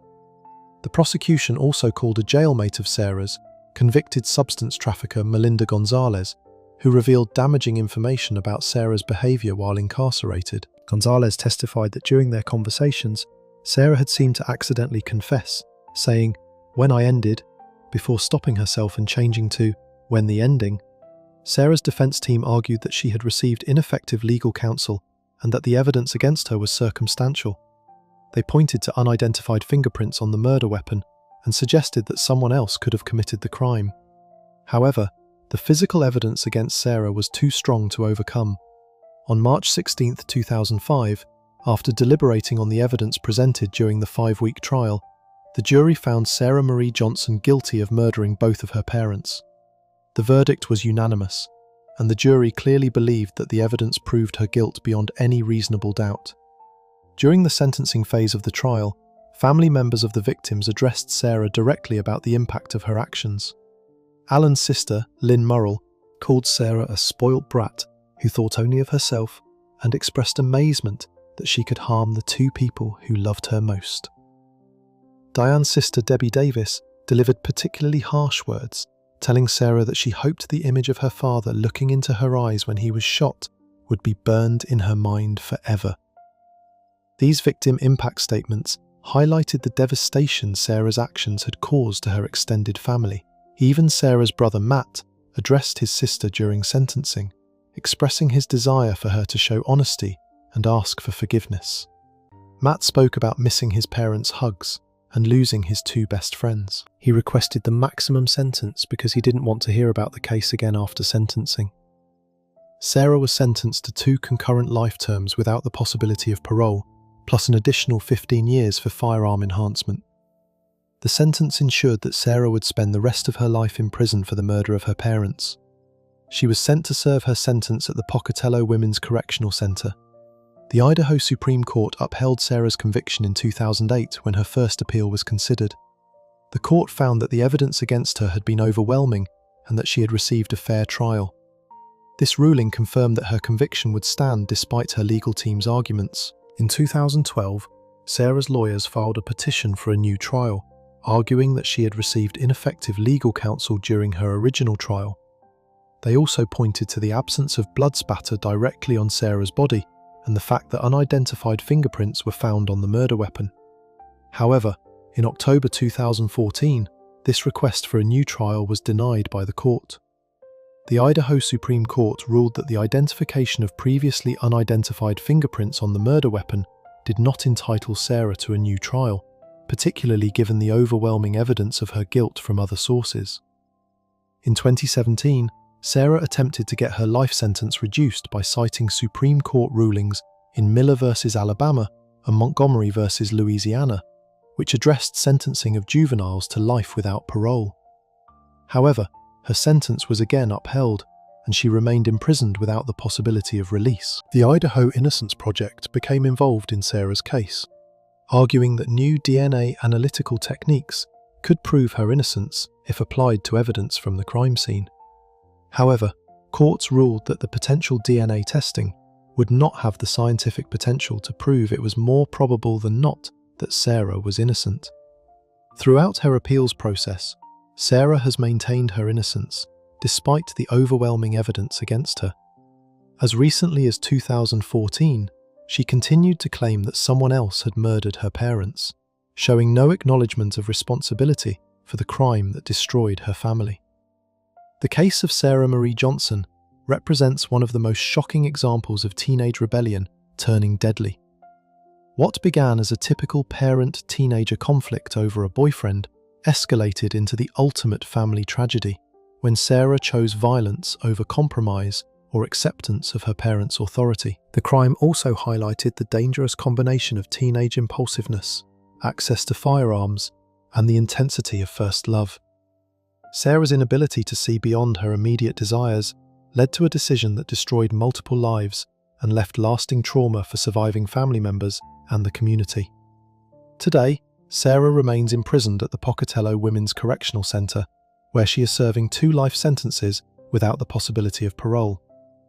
At 37 years old, she has spent more than half her life behind bars for the crime she committed as a teenager. The Johnson family home in Bellevue, which had once been filled with love and success, became the scene of unimaginable tragedy. The community that had not seen a murder in over 10 years was forever changed by the violence that occurred within one of its most respected families.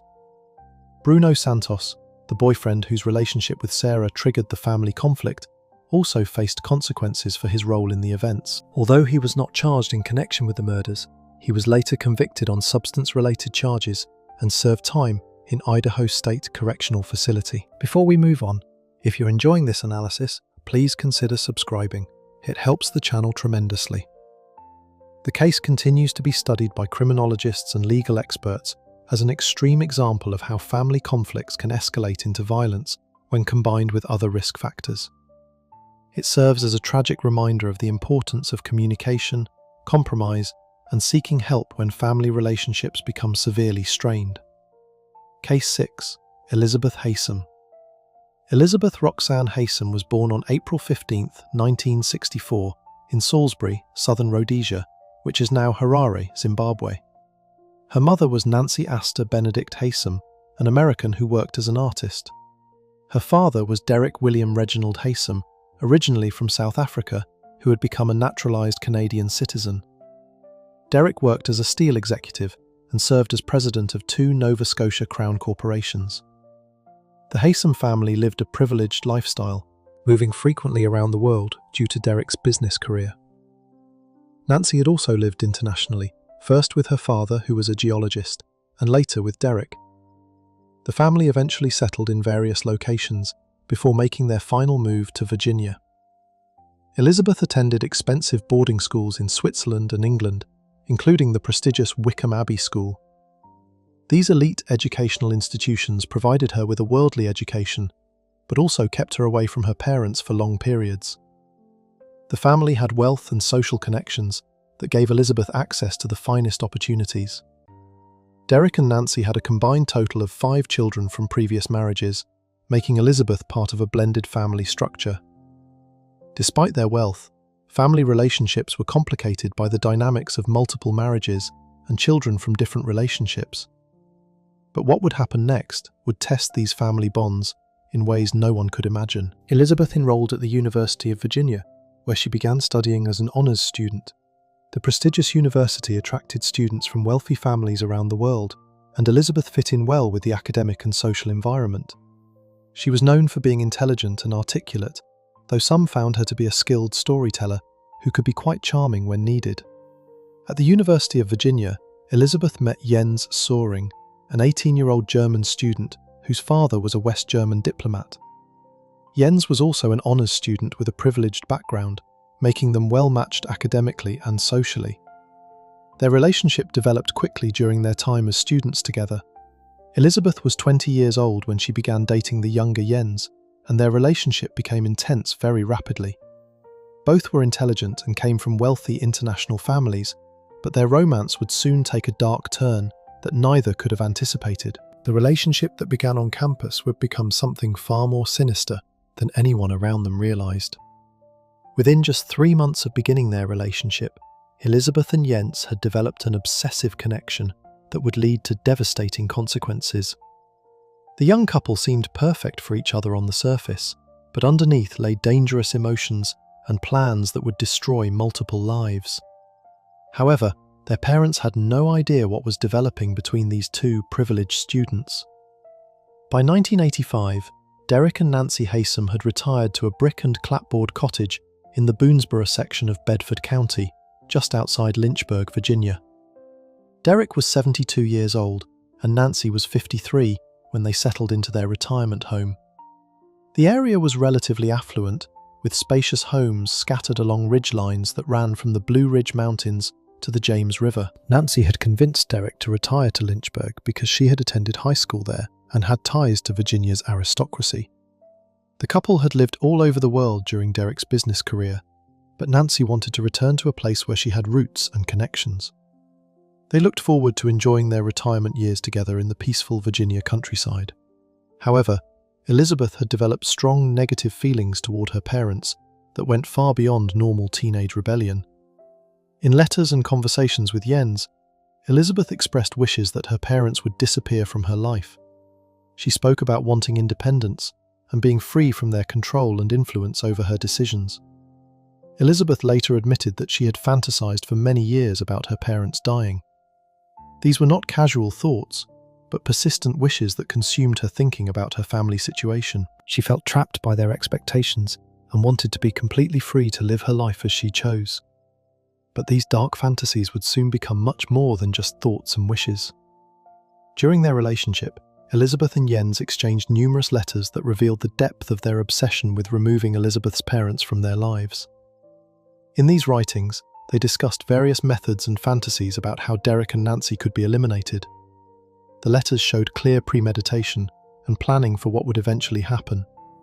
The couple explored different approaches to their goal, including references to voodoo and other methods they hoped might work against Elizabeth's parents. Jens even acquired copies of Soldier of Fortune magazine, a publication known for mercenaries and those offering violent services. These magazines were later found among Jens's possessions when authorities searched his belongings. Elizabeth was described by those who knew the case as someone who could be manipulative and charming when it suited her purposes. She had a talent for influencing others and getting them to do what she wanted. This skill would prove crucial in convincing Jens to take the drastic action she desired against her parents. By early 1985, their discussions had moved beyond fantasy into actual planning for a real attack on Derek and Nancy Haysom. The couple had decided that Jens would travel to Virginia to carry out the violence, while Elizabeth established an alibi elsewhere. Their relationship had transformed from romance into a deadly conspiracy that would soon become reality. On March 30th, 1985, Elizabeth rented a car to begin putting their plan into action. She and Jens drove to Washington, D.C., where Elizabeth planned to establish an alibi, while Jens continued alone to her parents' home in Virginia. The couple believed this would prove Elizabeth was far away when the attack occurred and could not have been involved. However, investigators later discovered that the total mileage on the rental car far exceeded what would have been required for just a round trip to Washington, D.C.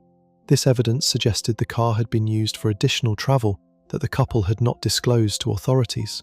The extra miles would become an important clue that led investigators to focus on Elizabeth and Jens. On April 3, 1985, the bodies of Derek and Nancy Haysom were discovered in their Bedford County home. Both had been attacked with extreme violence, suffering multiple wounds from slashing and stabbing.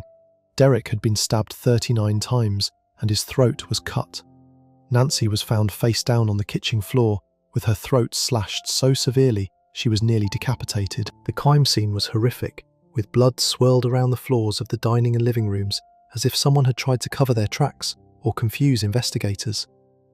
The level of violence suggested personal hatred rather than a random crime.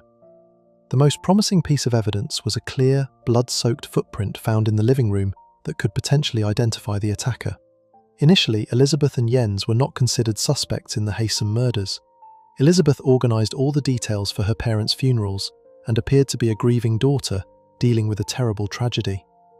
She seemed cooperative with investigators and showed appropriate emotional responses to losing both parents so violently.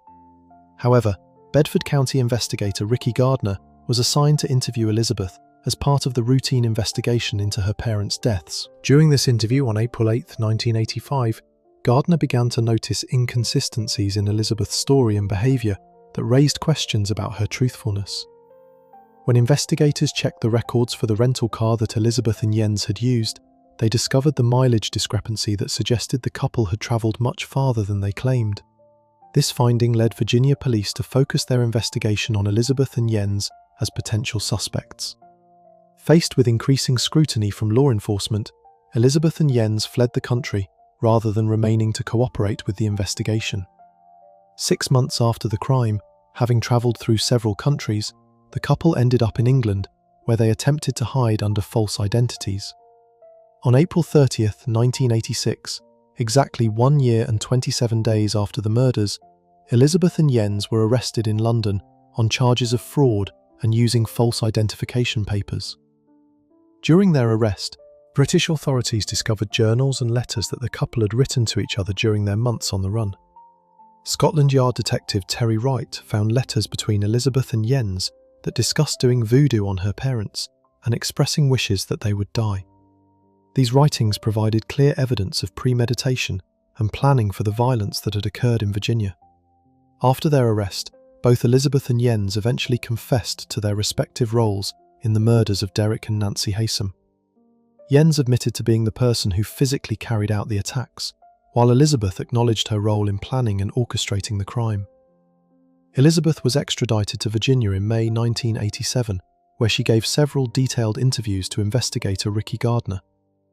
These interviews served as a debriefing, where she provided additional information about her involvement in planning her parents' deaths and her relationship with Jens. In August 1987, Elizabeth appeared before the Bedford County Circuit Court and pleaded guilty to being an accessory before the fact to first-degree murder. By accepting this plea agreement, she avoided the possibility of facing capital charges that could have resulted in the death penalty. During the court proceedings, Elizabeth admitted that she had told Jens she wanted her parents dead, though she claimed she didn't actually mean it. However, the evidence clearly showed that she had actively participated in planning the crime and had manipulated Jens into carrying out the violence. On October 8, 1987, Elizabeth was sentenced to 90 years in prison, 2 consecutive 45-year sentences, one for each parent's death. Circuit Judge William Sweeney described the case as a grotesque monument to inappropriate response to parental hatred when imposing the sentence. Elizabeth was 23 years old when she received her sentence and was sent to serve her time at the Fluvanna Correctional Center for Women in Troy, Virginia. Under Virginia law at the time, she became eligible for parole after 12 years and could submit requests every 3 years thereafter. Jens Soring was tried separately in 1990 and convicted of first-degree murder. He was sentenced to 2 consecutive life terms for the deaths of Derek and Nancy Haysom. Unlike Elizabeth, who cooperated with prosecutors, Jens pleaded not guilty and claimed during his trial that Elizabeth was the actual perpetrator. During her imprisonment, Elizabeth was described as a model inmate who participated in various programs and activities. She wrote a bi-weekly column called Glimpses from the Inside that was published in a local newspaper. This writing demonstrated her continued ability to communicate effectively and present herself in a positive light. Elizabeth became eligible for parole in 1995, but was repeatedly denied release over the following decades. Her half-brothers, Richard and Derek Haysom Jr., consistently opposed her parole applications, believing she had not accepted full responsibility for her role in their parents' deaths. The case continued to generate public interest through documentaries, television programs, and books over the years. The combination of privileged students, international intrigue, and extreme family violence made it a compelling story that captured media attention for decades. In 2016, Elizabeth gave a rare interview in which she claimed that Jens had committed the murders in a rage after learning that her mother had allegedly abused her. This was the first time she had mentioned any form of mistreatment, and Jens disputed her claims about the motivation for the crime. In the same interview, Elizabeth expressed being profoundly ashamed of her role in the murders and criticised Jens for continuing to maintain his innocence. She appeared to accept more responsibility for the tragedy than she had in previous statements during her imprisonment. On November 25, 2019, Virginia Governor Ralph Northam announced that both Elizabeth and Jens would be granted parole and released from prison. However, they would not be pardoned, and both would be deported to their respective home countries as a condition of their release. Elizabeth was released from the Fluvanna Correctional Center after serving 32 years of her 90-year sentence. She was immediately taken into custody by US Immigration and Customs Enforcement and prepared for deportation to Canada, where she held citizenship. In January 2020, Elizabeth was deported to Canada and permanently banned from returning to the United States. She settled in Western Canada, where she has half-siblings from her father's side who requested that she avoid media interviews and maintain a low profile. The decision to grant parole to both Elizabeth and Jens was controversial. US Representative Ben Klein condemned the release as a cost-cutting measure by Virginia, rather than a decision based on merit. However, parole board officials cited their young ages at the time of the crime as a factor in the decision. Unlike Jens, who has given numerous interviews and appeared on television programs since his release, Elizabeth has remained largely out of the public eye. She has honoured her family's request to avoid further media attention and has not sought to profit from her story. The Haysom case remains one of the most notorious family murder cases in Virginia history. It highlighted the potential for extreme violence, even among educated and privileged individuals, when family conflicts combine with mental instability and manipulation. Today, Elizabeth lives quietly in Canada, where she cannot return to the United States under any circumstances. At 60 years old, she has spent more than half her life dealing with the consequences of the decision she made as a young woman to orchestrate her parents' deaths. Before we move on, if you're enjoying this analysis, please consider subscribing. It helps the channel tremendously. The case continues to be studied by criminologists and legal experts as an example of how family dysfunction and manipulation can lead to devastating violence. It serves as a reminder that privilege and education do not prevent people from making terrible choices that destroy multiple lives forever. Case 7. Gypsy Rose Blanchard. Gypsy Rose Blanchard was born on July 27, 1991, in Louisiana to Rod Blanchard and Claudine Petra, who was known by her nickname Dee Dee. Rod was a young man who worked various jobs to support his family, while Dee Dee stayed home to care for their baby daughter. The couple had met when they were teenagers and married shortly after learning Dee Dee was pregnant. However, the marriage between Rod and Dee Dee did not last long. When Gypsy was still a baby, her parents separated and eventually divorced. Rod moved away and started a new life, while Dee Dee remained the primary caregiver for Gypsy. Rod continued to pay child support of $1,200 per month and occasionally spoke with his daughter by phone, but Dee Dee controlled most of their contact. From the time Gypsy was an infant, Dee Dee claimed her daughter had serious health problems. It started with claims that Gypsy had sleep apnea as a baby, requiring special monitoring and medical equipment. Dee Dee told doctors and family members that Gypsy needed constant supervision because she might stop breathing during sleep. As Gypsy grew older, Dee Dee's claims about her daughter's health became more elaborate and concerning. By the time Gypsy was 8 years old, Dee Dee was telling people that her daughter had been diagnosed with leukemia, a serious form of cancer that affects the blood and bone marrow. She also claimed Gypsy suffered from muscular dystrophy, a group of genetic disorders that cause muscle weakness and degeneration. Dee Dee convinced doctors that Gypsy needed to use a wheelchair because her muscles were too weak for her to walk properly. She also persuaded medical professionals to insert a feeding tube into Gypsy's stomach, claiming her daughter could not eat solid food safely. These medical interventions were completely unnecessary, but Dee Dee was skilled at manipulating healthcare providers. The truth was that Gypsy was a healthy child who could walk, eat, and function normally. However, Dee Dee had been systematically lying about her daughter's condition and forcing Gypsy to pretend to be severely disabled. This behaviour is now recognised as a form of medical abuse known as factitious disorder imposed on another, previously called Munchausen syndrome by proxy. But the elaborate deception would continue for years, and the community's sympathy would only encourage Dee Dee's dangerous behaviour. In 2005, when Hurricane Katrina devastated Louisiana, Dee Dee saw an opportunity to start fresh with their fabricated story. She and Gypsy evacuated to a shelter, where Dee Dee told everyone they had lost everything in the storm. The story of a single mother caring for a severely disabled daughter who had fled the hurricane attracted significant sympathy and media attention.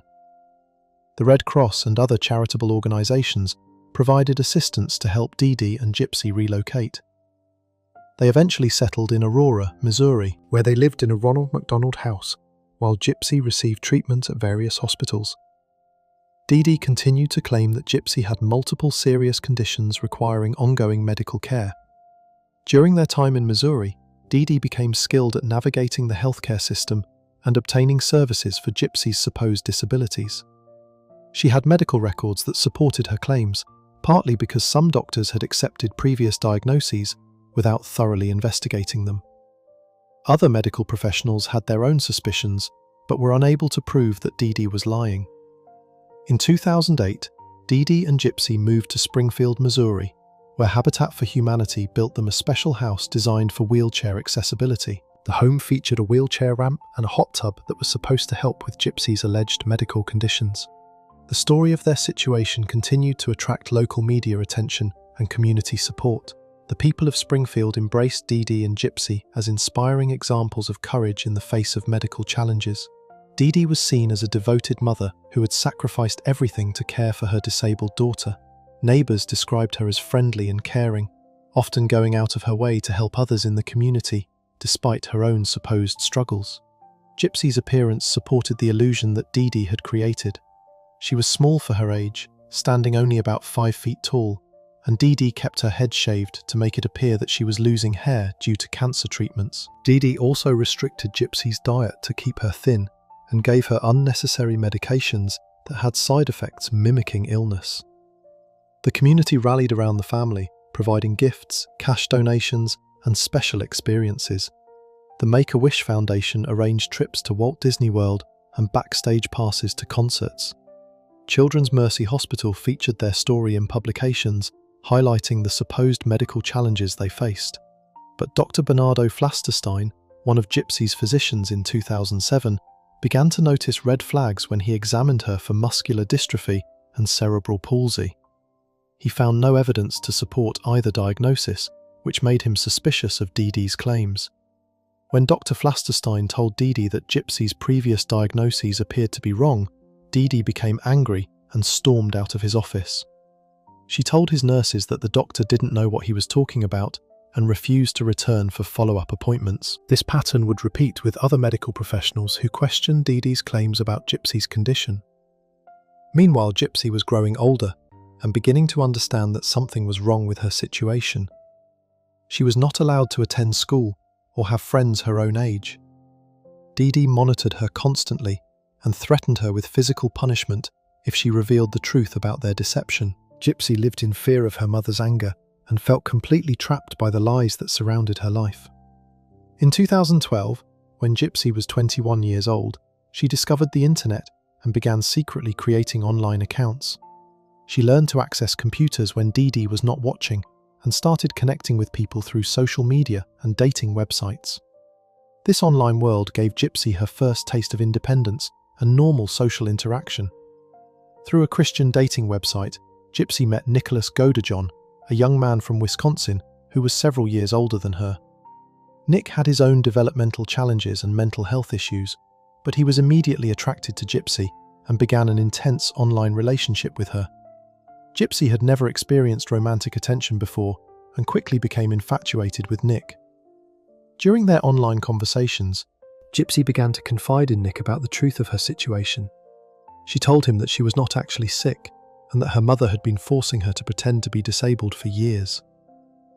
Nick was sympathetic to her situation and expressed anger toward Dee Dee for the way she treated Gypsy. In 2015, Nick travelled to Missouri to meet Gypsy in person for the first time. The meeting was arranged secretly, and they spent time together at a movie theatre where they watched Cinderella. During this visit, Gypsy lost her virginity to Nick, marking another step in her rebellion against her mother's control. However, when Dee Dee discovered that Gypsy had been meeting someone without her knowledge, she became furious. She increased her surveillance of Gypsy and threatened severe consequences if her daughter continued to defy her rules. Dee Dee also made it clear that she would never allow Gypsy to have a normal relationship or leave their home. Feeling completely trapped and desperate for escape, Gypsy began discussing extreme solutions with Nick during their online communications. She felt that running away was impossible because Dee Dee would find her and bring her back. The police would not believe her story because everyone saw Dee Dee as a devoted mother caring for a disabled child. Gypsy and Nick began planning what they believed was their only option for freedom.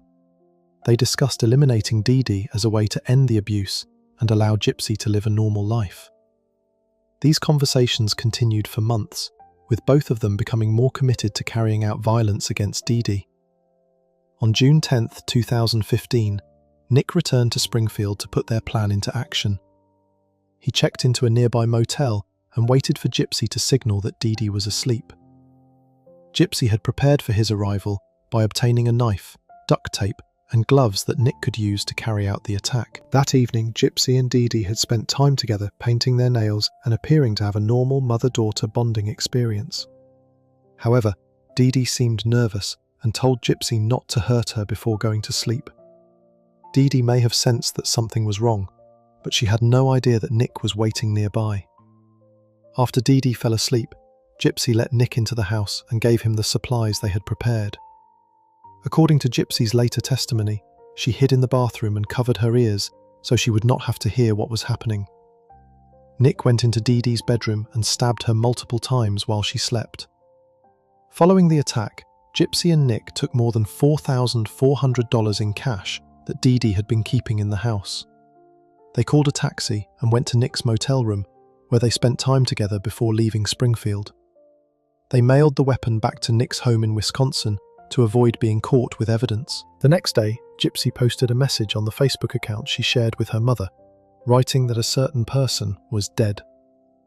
She later explained that she posted this message because she wanted someone to discover Dee Dee's body, but she didn't want to call police directly and implicate herself immediately. When friends and neighbours saw the disturbing Facebook post and could not reach Dee Dee by phone, they became concerned and went to check on the family.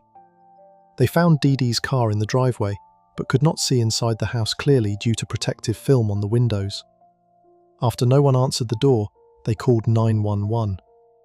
Police had to wait for a search warrant before entering the house, but they eventually discovered Dee Dee's body in her bedroom.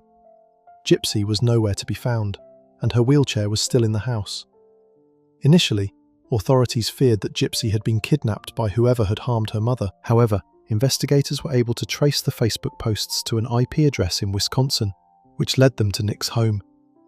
On June 15, 2015, police arrested both Gypsy and Nick without incident. The news that Gypsy was safe was met with relief in Springfield, but authorities warned that things were not as they appeared. When Gypsy was arrested, people were shocked to see her walking without assistance and appearing much healthier than anyone had expected. The truth about Dee Dee's deception quickly became public, completely changing the narrative from a kidnapping case to a story of long-term abuse and desperation. During questioning, both Gypsy and Nick confessed to their roles in planning and carrying out Dee Dee's death. Nick admitted to being the person who physically attacked Dee Dee, while Gypsy acknowledged that she had planned the crime and manipulated Nick into helping her. The case attracted national media attention as people struggled to understand how a seemingly devoted mother had systematically abused her daughter for years. It also raised questions about how the medical system and community organisations had failed to detect the fraud and protect Gypsy from harm. In 2016, Gypsy accepted a plea deal and pleaded guilty to second-degree murder. She was sentenced to 10 years in prison, which many people considered lenient given the circumstances of her case. The judge and prosecutors recognised that Gypsy had been a victim of severe abuse, who felt she had no other options for escape. Nick went to trial in 2018 and was convicted of first-degree murder. He was sentenced to life in prison without the possibility of parole. During the trial, Gypsy testified against Nick, describing their relationship and the events leading up to Dee Dee's death. Gypsy served approximately 8.5 years of her 10-year sentence and was released on parole on December 28, 2023. Since her release, she has given numerous television interviews and has become something of a social media personality. The case has been featured in documentaries, a Hulu series called The Act, and various other media productions. Before we move on, if you're enjoying this analysis, please consider subscribing. It helps the channel tremendously. Today, Gypsy continues to deal with the psychological effects of the abuse she suffered and the guilt over her role in her mother's death. She has expressed that while she is glad to be free from the abusive situation, she is not happy that Dee Dee died and struggles with feelings of guilt and regret over the choices she made as a desperate young woman seeking freedom. Case 8. The Fall City Teen. The Humiston family lived in a beautiful lakeside home at 7715 Lake Alice Road, southeast in Fall City, Washington. Fall City is a quiet suburban community about 25 miles east of Seattle, known for its expensive homes and family-friendly atmosphere. The Humiston house was a 4-bedroom, 3-bathroom home built in the late 1990s sitting on nearly an acre of land with hardwood floors and a fireplace. Mark Humiston was 43 years old and worked as an electrical engineer for Hargis Engineers, a Seattle-based consulting firm. He was described by his co-workers as a respected colleague, mentor, and friend, whose leadership and vision were important to the company. Mark had grown up in Texas, attended Colleyville Heritage High School, where he played trombone and served as band captain, and was an Eagle Scout. He earned his electrical engineering degree from the University of Texas before moving to Seattle. Sarah Humiston was 42 years old and had previously worked as a registered nurse before becoming a full-time mother and homeschool teacher for her children. She was born and raised in the Seattle area and was known as a talented musician who played piano and flute. Sarah had attended Kamiak High School, where she sang in the jazz choir. She met Mark at a local church in Seattle, and they built their life together around their strong Christian faith. The couple had 5 children together. Their oldest was a 15-year-old son, followed by 13-year-old Benjamin, an 11-year-old daughter, 9-year-old Joshua, and 7-year-old Catherine. The family was deeply religious and attended Taylor Creek Church regularly. Sarah homeschooled all the children, using a curriculum based on their Christian beliefs and values. But behind the seemingly perfect family image, serious problems were developing that no one in the community could see. Mark and Sarah made the decision to homeschool their children because they wanted to protect them from what they saw as negative influences in the public school system. The parents held strong religious beliefs and wanted to ensure their children received education that aligned with their values. Despite being homeschooled, the children were well known in the Falls City community and were often seen playing outside, riding bikes, and swimming in the lake near their home. Neighbours described the Humiston family as appearing perfect from the outside. They were seen as a beautiful family with polite, well-adjusted children who participated in community activities. The parents walked with their children daily and seemed devoted to raising them properly. Community members viewed Mark and Sarah as strong Christians who genuinely loved God and were committed to their faith. However, according to later court documents from the defense, the family dynamic inside the home was much different than what neighbors observed. The defense claimed the household was characterized by strict control and extreme religious beliefs that created an oppressive environment. Children were allegedly given limited access to the outside world and only socialized with a few select families from their church. The oldest son, who was 15 years old, began experiencing significant problems with his academic performance during his final year of homeschooling. While his younger siblings seemed to thrive in the homeschool environment, he saw his grades decline steadily throughout the year. Instead of asking for help or addressing his difficulties directly, he withdrew from family activities and spent increasing amounts of time alone in his room. The teenager became increasingly disengaged from his family's daily routines and religious activities. He stopped participating in family discussions and began spending most of his time online playing video games or browsing the internet. His parents, Mark and Sarah, tried to hold him accountable for his poor academic performance and behavioral changes, but he refused to meet their expectations or improve his attitude. Sarah discovered that her oldest son had been viewing inappropriate content online, which violated the family's strict moral guidelines. This discovery led to increased tensions between the teenager and his parents, who tried to implement stricter supervision of his internet usage. The family's rigid approach to discipline and their high expectations created mounting pressure on the young man. But what happened next would show just how dangerous this family tension had become, and how one teenager's problems would lead to an unthinkable tragedy. On the night of October 20th, 2024, nothing seemed particularly unusual to the rest of the Humiston family. The younger children went to bed in their shared bedrooms, as they did every night. Mark and Sarah retired to their master bedroom upstairs, unaware that their oldest son had made a decision that would destroy their family forever. The teenager had apparently decided that his academic failures and family conflicts could only be resolved through violence. In the early morning hours of October 21st, 2024, the 15-year-old took his father's Glock handgun and began systematically attacking his sleeping family members. He started by shooting his mother Sarah while she was in the ensuite bathroom of the master bedroom. He then moved through the house, shooting his siblings one by one as they slept in their beds. the teenager shot 7-year-old Catherine in the hallway near the stairs. He found 9-year-old Joshua at the bottom of the stairs and shot him there. His father, Mark, was also shot at the bottom of the stairs, with his body partially lying over Joshua. The 13-year-old Benjamin was shot in his bedroom, and the teenager arranged the scene to make it appear that Benjamin had committed the shootings and then taken his own life. However, the 11-year-old daughter survived the attack despite being shot twice. When her older brother entered her room and shot her, she had the presence of mind to pretend to be dead. After the teenager left the room, she heard family members shouting for help, but the sounds eventually stopped. She then managed to escape through a window and run to a neighbour's house for help. The surviving girl immediately told the neighbours that her 15-year-old brother had shot the family. She provided clear and consistent details about what had happened, identifying her older brother as the person responsible for the violence. The neighbours called 911, and emergency responders were dispatched to the Humiston home around 5 a.m. on October 21, 2024. Meanwhile, the 15-year-old had taken time to shower and change his clothes after the shootings. He then called 911 from a different neighbour's house, claiming that his 13-year-old brother Benjamin had shot the entire family and then committed suicide. He tried to present himself as another survivor of the attack, hoping that investigators would believe his false story about Benjamin being the perpetrator. When King County Sheriff's deputies arrived at 7715 Lake Alice Road Southeast, they found a horrific scene inside the house.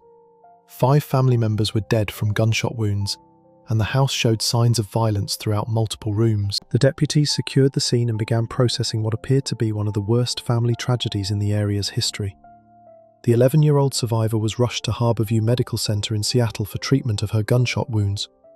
Despite being shot twice, she was able to provide investigators with detailed information about what had happened during the attack.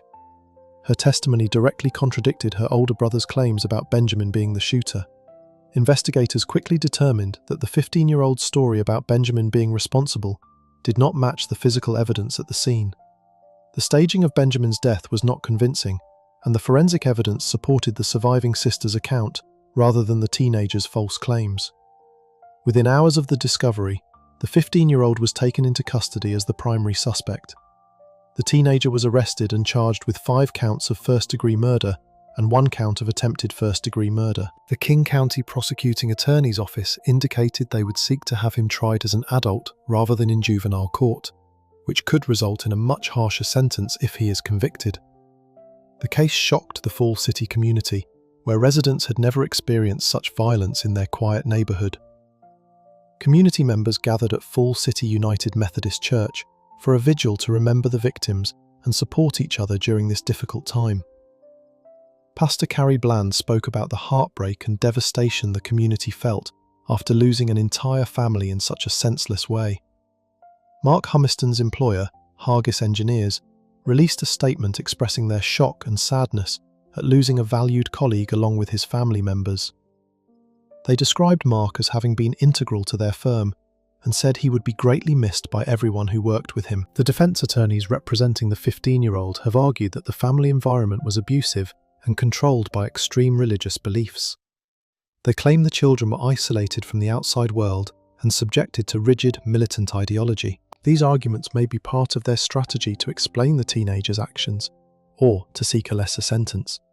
However, prosecutors maintain that the evidence shows the teenager systematically planned and carried out the attacks on his family members.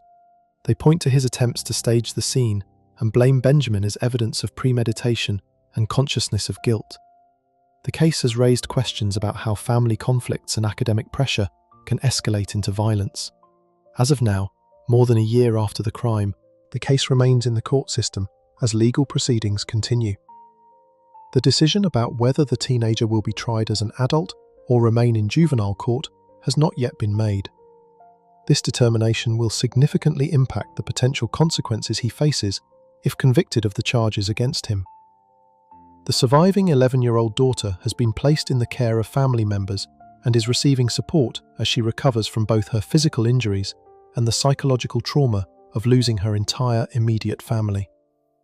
The community continues to grapple with understanding how such violence could occur within what appeared to be a stable religious family. The case has also prompted discussions about the potential warning signs of family violence and the importance of mental health resources for teenagers facing academic and family pressures.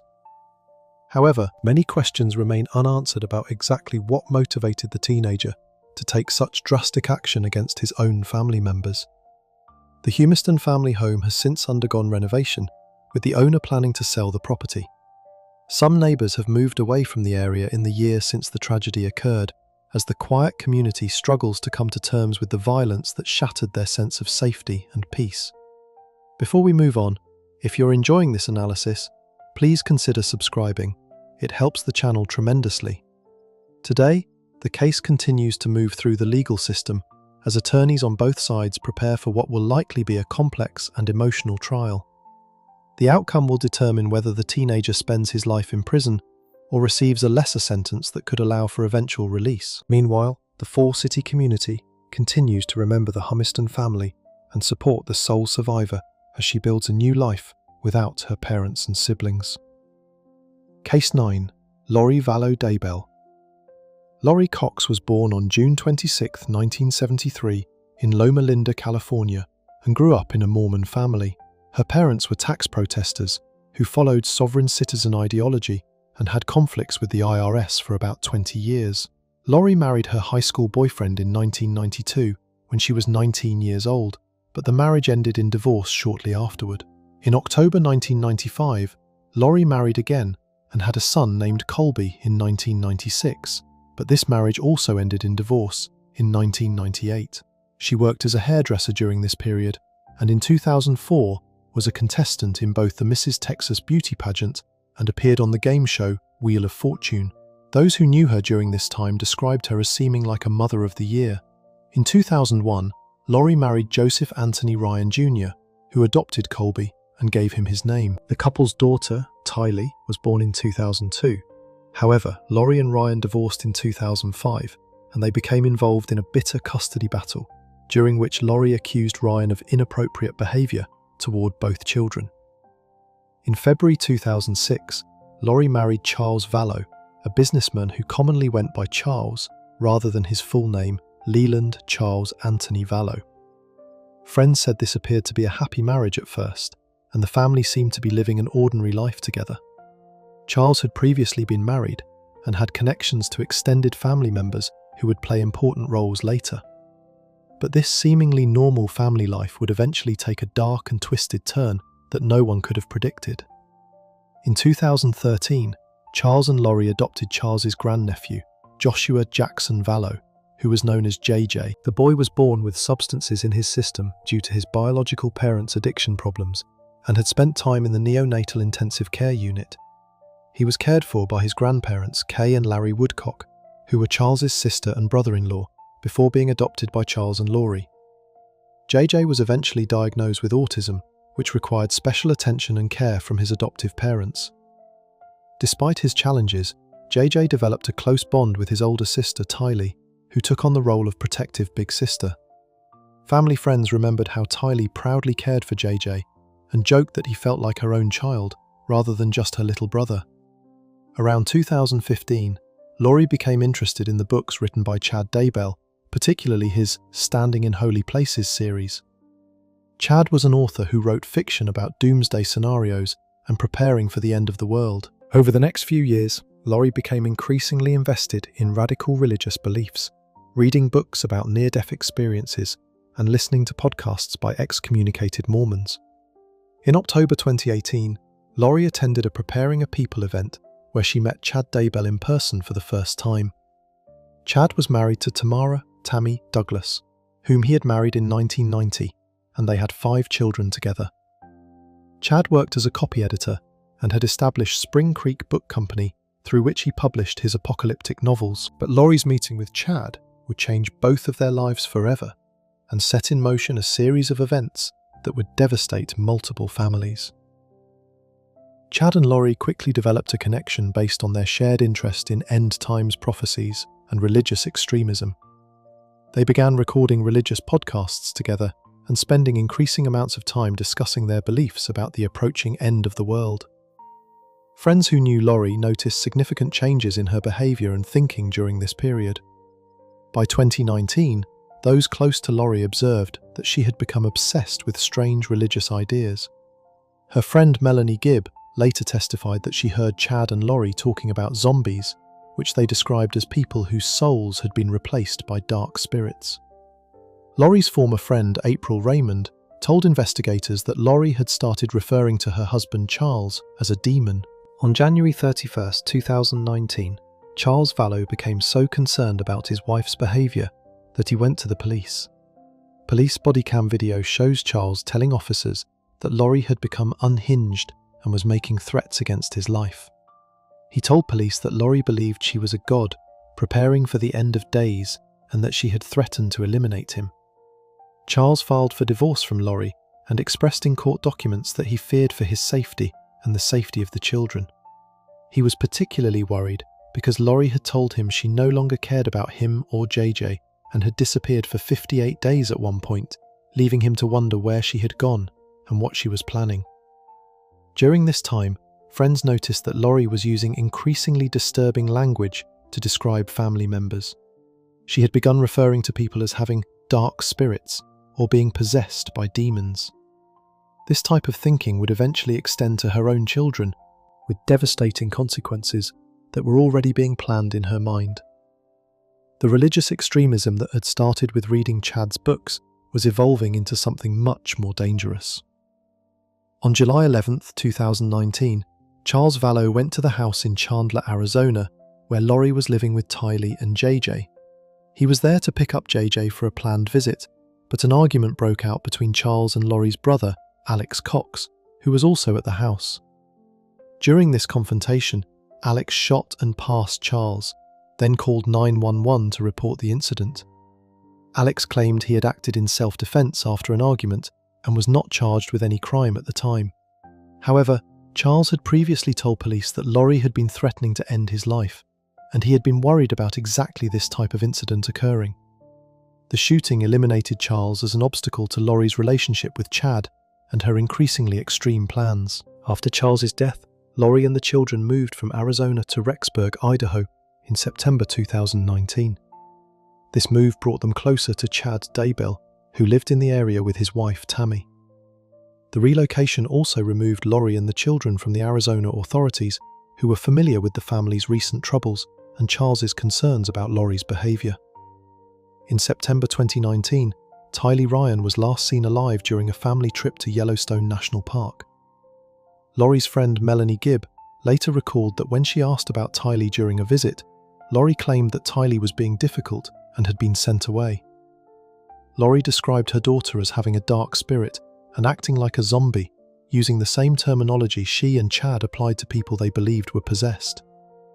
Just 2 weeks after Tylee disappeared, JJ Vallow also vanished. Melanie Gibb, who was visiting that weekend, remembered asking Lori about JJ's whereabouts. Lori brushed off the questions by saying JJ had been acting like a zombie and that Alex had taken him away. This was the last time anyone outside the family reported seeing JJ alive. In October 2019, Chad Daybell's wife Tammy died suddenly at their home. Chad called authorities to report that his wife had died in her sleep, apparently from natural causes. The Daybell children believed their mother's death was natural and declined to have an autopsy performed. However, just 2 weeks after Tammy's funeral, Lori and Chad were married in Hawaii. The timing of their wedding raised immediate suspicions among family members and authorities. While Lori's children were missing and people were asking questions about their whereabouts, she was on a beach in Hawaii, getting married to a man whose wife had just died under mysterious circumstances. The couple appeared happy and carefree, despite the chaos and tragedy surrounding their families. By November 2019, police were actively searching for JJ and Tylee after family members reported them missing. JJ's grandparents, Kay and Larry Woodcock, had become concerned when they could not contact their grandson and had not seen him for months. When they pressed Lori for information, she gave evasive answers and conflicting stories about where the children were staying. Lori initially lied to investigators, claiming that JJ was with her friend Melanie Gibb in Arizona. However, when police contacted Gibb, she told them this was not true and that she had not seen JJ since September. Lori's lies about the children's whereabouts made police even more suspicious and intensified their search efforts. As the investigation continued, Lori and Chad left Idaho and returned to Hawaii, where they acted as if they were on vacation, while law enforcement agencies searched for the missing children. Their behavior seemed inappropriate for people whose family members were missing and potentially in danger. Meanwhile, suspicions were growing around Tammy Daybell's sudden death. The combination of her unexpected passing and the subsequent disappearance of Lori's children led authorities to order Tammy's body to be exhumed for a more thorough examination. The autopsy results would later reveal that Tammy had been suffocated, not died naturally as Chad had claimed. In February 2020, Lori was arrested in Hawaii on charges of desertion and non-support of her children. Despite being in custody, she refused to tell authorities where JJ and Tylee were or what had happened to them. Her silence during this critical time suggested that she knew exactly what had occurred, but was determined not to reveal the truth. On June 9, 2020, police obtained a search warrant for Chad Daybell's property in Fremont County, Idaho. During their search, investigators discovered human remains buried in shallow graves on the property. The remains were later identified as belonging to both Tylee Ryan and JJ Vallow, confirming the worst fears of their family members and the investigators who had been searching for them. The discovery of the children's bodies transformed the case from a missing persons investigation into a double homicide case. Both Chad and Lori were arrested and charged with multiple counts of first-degree murder and conspiracy to commit murder. The evidence suggested that the children had been killed shortly after they disappeared in September 2019. During the investigation, authorities discovered that Lori had continued to collect Social Security benefits for both children, even after their deaths. She had changed bank accounts and continued receiving the payments without reporting that the children were deceased. This provided evidence of financial motivation for the crimes, in addition to the religious extremism that had driven her actions. In June 2021, Lori was found mentally incompetent to stand trial and was sent to a mental health facility for treatment. This delayed the legal proceedings for nearly a year while she received psychiatric care. In April 2022, she was found competent to stand trial, and the case was allowed to proceed. The prosecution's case against Lori relied heavily on circumstantial evidence, but it was compelling. DNA matching Tylee's profile was found on tools used to bury the bodies, and forensic evidence linked Lori directly to the crime scenes. A strand of Lori's hair was found stuck to tape that was used to wrap JJ's body, providing direct physical evidence of her involvement. In May 2023, after a month-long trial, a jury found Lori Vallow Daybell guilty on all charges related to the deaths of Tylee, JJ, and Tammy Daybell. She was convicted of first-degree murder and conspiracy to commit murder. The jury deliberated for less than a day before reaching their unanimous verdict. On July 31, 2023, Lori was sentenced to multiple life terms in prison without the possibility of parole. During the sentencing hearing, family members of the victims spoke about the impact of her crimes. For the first time during the legal proceedings, Lori addressed the public, quoting Bible verses about how people should not judge each other, but she did not accept responsibility for the murders. Chad Daybell was tried separately and was found guilty on all charges in May 2024. He was sentenced to death for his role in the murders of Tylee, JJ, and Tammy. Both Chad and Lori have appealed their convictions, but they remain in custody, serving their sentences. After her conviction in Idaho, Lori was extradited to Arizona to face additional charges related to Charles Vallow's death and the attempted elimination of her niece's ex-husband, Brandon Boudreaux. In April 2025, she was found guilty of conspiracy to commit first-degree murder in Charles's case and received an additional life sentence. The case attracted widespread national attention due to its shocking nature and the religious extremism that motivated the crimes. The story of the doomsday mom who eliminated her own children based on bizarre beliefs about zombies and the end of the world became the subject of numerous documentaries, books, and television programs. Today, Lori Vallow Daybell remains in prison, serving multiple life sentences for her role in destroying 2 families and ending the lives of innocent people, including her own children. The case serves as a stark reminder of how religious extremism and mental instability can lead to unimaginable violence against the most vulnerable victims.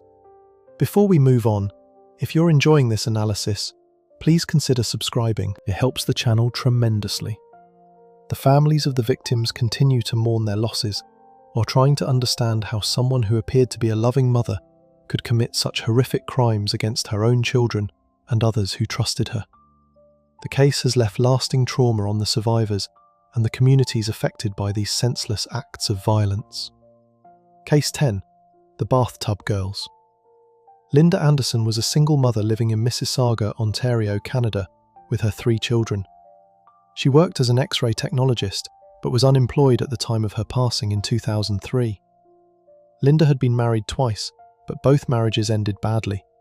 Her first husband abandoned her and their children, leaving Linda to raise them alone. Linda's second marriage was to a man who had serious problems with drinking and domestic violence. In 2001, he was convicted of domestic abuse against Linda. After this second husband left, Linda's situation became even more difficult. She struggled with depression and began drinking heavily to cope with the stress of being a single mother and the trauma she had experienced. Linda had 3 children living with her: Sandra, who was 16 years old, Beth, who was 15, and their younger brother Bobby. As Linda's drinking problem got worse after her second divorce, her 2 daughters had to take on more responsibilities around the house. They often had to care for their younger brother and handle household tasks that their mother was unable to manage due to her condition. The family lived in a townhouse in Mississauga, and neighbours knew that Linda had struggles with alcohol. However, most people saw her as a hard-working single mother who was doing her best to provide for her children despite her personal challenges. Linda often worked double shifts when she was employed, trying to earn enough money to support her family. But the stress of work and parenting often left her exhausted, and she would drink to try to relax and escape her problems. Sandra and Beth grew up in what they described as a poor and depressing home environment, even though their mother earned a decent income when she was working. The girls later testified that they often went without basic necessities because their mother spent much of her money on alcohol. They watched their friends have things like swimming pools and nice clothes, and they wished their family could afford similar luxuries. According to Sandra's later testimony, she had also experienced inappropriate behaviour from a priest when she was younger. She tried to report this to Children's Aid Society, but was unsuccessful in getting help. The combination of their mother's drinking, financial struggles, and other traumatic experiences created a very difficult home life for both sisters. By 2002, Sandra and Beth had become increasingly resentful of their mother's drinking and the way it affected their lives. They were embarrassed that their mother would drive while intoxicated, even with them in the car. They felt that Linda was not providing proper care for them or their younger brother, and they were frustrated that so much of the family's money went toward alcohol instead of things they needed. But what started as normal teenage frustration would soon develop into something much darker and more dangerous. Sandra and Beth began talking about their mother's life insurance policy, which was worth $133,000. They learned about this money and started fantasizing about what they could do if they inherited it. The sisters talked about taking a trip to Europe with their friends and buying a house with a backyard and swimming pool like the ones their friends had. The sisters started researching on the internet how to harm someone and make it look like an accident. They spent time looking up different methods and discussing their options with each other. Eventually, they decided that drowning would be the best approach because they thought it would be fast and would not look suspicious, especially given their mother's drinking problem. Sandra and Beth also talked about their plans with some of their friends online and in person. One friend even ended a conversation by telling them to wear gloves, showing that their intentions were known to others before they acted. Several friends tried to talk them out of their plan, but the sisters were determined to go through with it. On January 18, 2003, Sandra and Beth put their plan into action. During lunchtime, they began giving their mother large amounts of vodka to make her extremely intoxicated. They also gave her 6 Tylenol 3 tablets, which contain codeine, to slow down her heart rate and make her more vulnerable to their attack. The sisters waited for the alcohol and medication to take effect, while they communicated with friends online about what they were planning to do. When they felt their mother was sufficiently impaired, they filled the family bathtub with water and helped Linda get into the bathroom. Linda had difficulty getting into the bathtub because of the combination of alcohol and pills that her daughters had given her. Once she was in the water, Sandra and Beth put on gloves and began giving their mother what appeared to be a relaxing massage. After a few minutes, Sandra told her mother to lie on her stomach so she could scrub her back. At that moment, Sandra pushed her mother's head underwater and held it down for 4 minutes. Beth assisted by helping to keep Linda submerged. According to later police reports, Linda was unable to resist because of the high levels of alcohol and drugs in her system.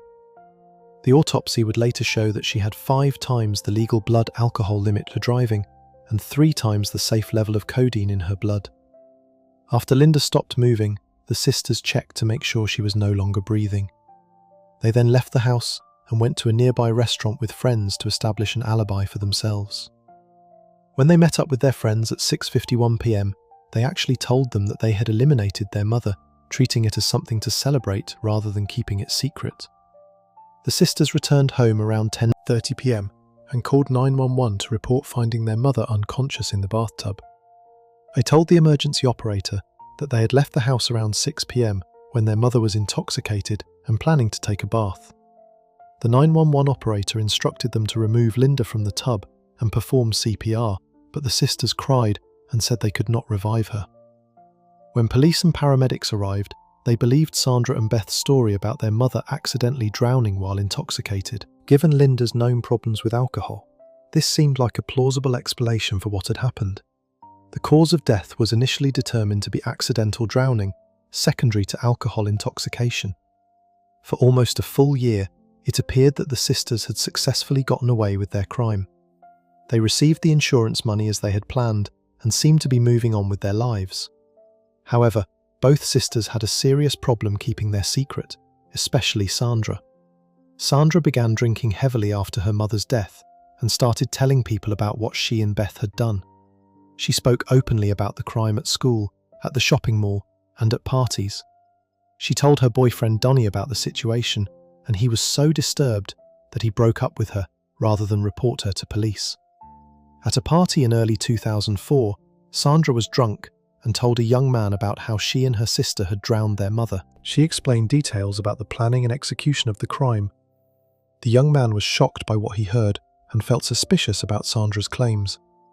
After thinking about it for some time, this friend decided to contact the police and report what Sandra had told him. The police were initially skeptical, but decided to investigate further. They provided the young man with recording equipment so he could capture Sandra's confession on audio and video. The friend arranged to meet with Sandra and got her to repeat her confession while the conversation was being recorded by police equipment. Sandra provided detailed information about how she and Beth had planned and carried out their mother's death. This recorded confession gave police the evidence they needed to arrest both sisters. On January 21, 2004, exactly 1 year and 3 days after Linda's death, Sandra and Beth were arrested and charged with first-degree murder. The recorded confession and other evidence, including their internet searches about methods of harming people, provided a strong case against them. During the investigation, police also discovered text messages and other digital evidence that showed the sisters had been planning the crime for some time. Their computer searches revealed that they had been researching different ways to cause death that would appear accidental. At their trial in 2005, both sisters were convicted of first-degree murder. Justice Bruce Duncan noted that they had carried out their plan with chilling detachment and had created what he called the perfect prosecution against themselves. He said the case was probably the strongest he had seen in over 30 years of legal experience. In June 2006, Sandra and Beth were sentenced to 10 years in prison, which was the maximum sentence possible for juveniles under the Youth Criminal Justice Act. The sentence included 6 years of incarceration, followed by 4 years of community supervision. Because they were under 18 at the time of the crime, their real identities were protected by Canadian law. During their imprisonment, the sisters were separated and had no communication with each other. Both were reportedly devastated by the separation and the reality of their situation. Their father unsuccessfully attempted to have Beth released early so she could complete her sentence under house arrest in their hometown. Sandra was released to a halfway house in 2009 after serving 4 years behind bars. Beth was released in 2010, also after 4 years of incarceration. Both sisters were then required to complete their community supervision requirements as part of their sentences. After their release, both sisters pursued higher education with apparent success. Sandra received a scholarship and attended the University of Waterloo, where she studied engineering and later became a scientist. Beth studied law and became an articling student with a criminal defense lawyer in Toronto. The case attracted significant media attention and became the subject of various books, documentaries, and films. Bob Mitchell wrote a book called The Class Project: How to Kill a Mother, the True Story of Canada's Infamous Bathtub Girls. In 2014, a movie called Perfect Sisters was released, though Sandra later criticised it as inaccurate. The sisters' successful rehabilitation raised questions about the effectiveness of the youth justice system in Canada. Some people criticised the relatively light sentences, arguing that first-degree murder should result in harsher punishment regardless of the offender's age. Others pointed to the sisters' educational achievements and apparently normal lives after release as evidence that rehabilitation can work. In 2020, Sandra gave an interview to Global News in which she expressed remorse for her actions and tried to explain the circumstances that led to the crime. She described the hatred she had felt toward her mother and acknowledged that she had been unable to see that Linda was working hard to provide for her family while struggling with her own mental health issues. Sandra admitted that at the time of the crime, she and Beth saw their mother only as a drunk who was wasting money, rather than understanding that she was an exhausted parent trying to cope with depression and trauma through alcohol. She said the teenage years naturally involve some conflict between parents and children, but their situation had escalated far beyond normal family tensions. The case remains notable as one of the few instances where sisters were convicted of matricide in Canada. It also highlighted issues about youth crime, family dysfunction, substance abuse, and the complex factors that can lead young people to commit violent acts against their own family members. Today, both Sandra and Beth continue to live under their protected identities somewhere in Canada. Their younger brother Bobby, who was not involved in the crime, inherited whatever remained of their mother's insurance money after the legal proceedings were completed. The case continues to be studied by criminologists and legal experts interested in youth violence and family dynamics. If you enjoyed this breakdown, make sure to subscribe. Thanks for watching, and I'll see you in the next one.